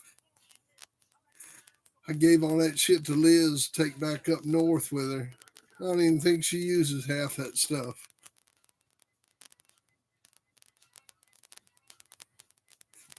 Yeah, that's what I'm using. I'm down to, I got 2 barrels left. And then I got 1 old dog house. I want to replace them 2 barrels in that one dog house. But that ain't no big deal. I just been on this doghouse kick lately. Been putting them out on cable runs with dog houses. But I prefer a barrel. I mean, a barrel's a better fucking doghouse, but I don't know. It's easier for me to change the bedding in them when I got a regular doghouse that I can lift the top out of. I can then lift that top up and flip the doghouse over and then put new bedding in it. And then barrel, man, getting that bedding out of that barrel is a pain in the ass. A whole lot easier flipping them little dog houses over.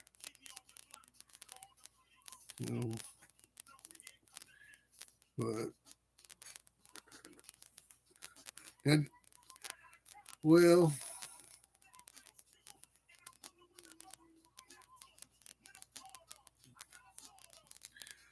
I guess I'm gonna wrap this up. Seems like the room's kind of died down. Everybody's kind of calmed down. Ain't nobody saying a whole lot. Ain't no questions being asked. And I don't know Dave Adams. I never met him. I know they stole his dog from him. They stole his Art dog. Poor old Art. They say Billy Stepp stole him. Billy Stepp said that Dave Adams didn't deserve a dog that good.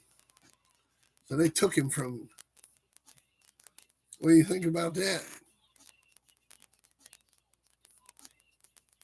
They used to steal a whole lot of dogs back in the day now. I tell you what, man, I kept Bolero locked up in the house.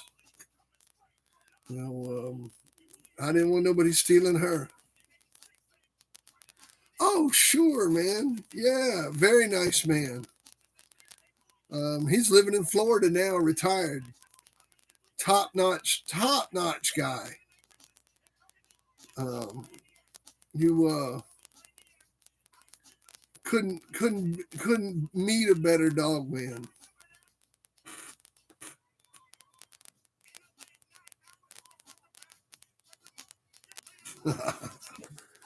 I'm good, Chris. I appreciate it, man.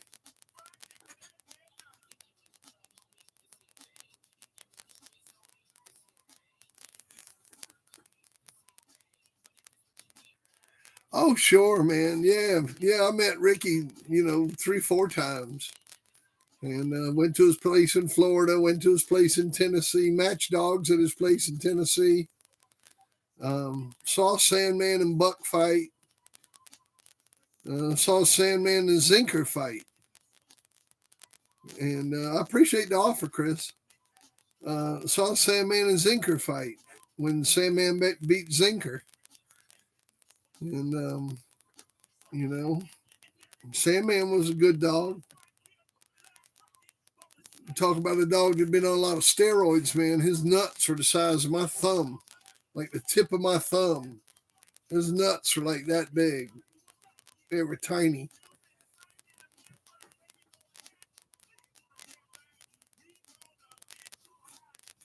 Damn, $300. I was thinking like $100. Yeah, I don't pay no damn $300 for damn. I'll fucking get a contractor over here and have him build them for me. No, fuck that.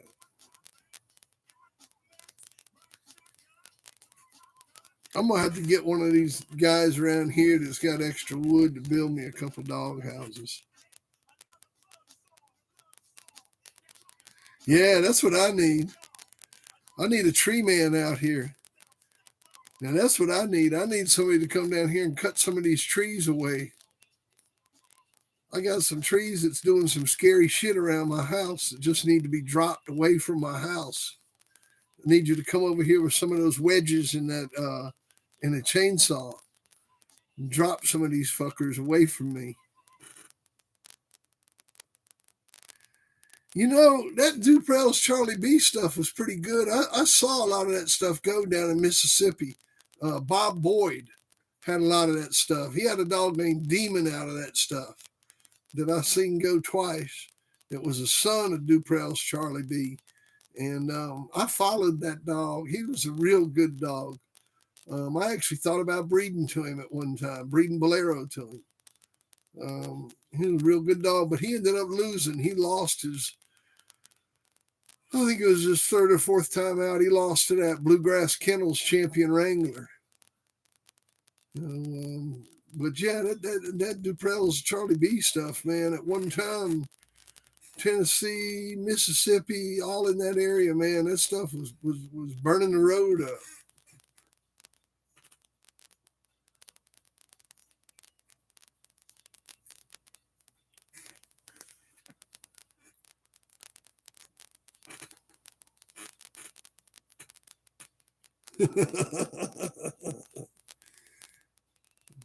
I know how that shit is. I've been there before. This shit sucks. I've done that. Been there. Well, y'all, I'm going to wrap this up. I've been on here for 3 hours and 23 minutes. I think it's enough. It's 12 o'clock at night. I'm going to bid y'all farewell. I'll see y'all later. I'll be back tomorrow night, and we'll hang out then, talk some more Bulldogs. So until then, y'all have a good evening. It was fun as usual. Peace, peace, peace, my friends. Love y'all. Y'all take it easy.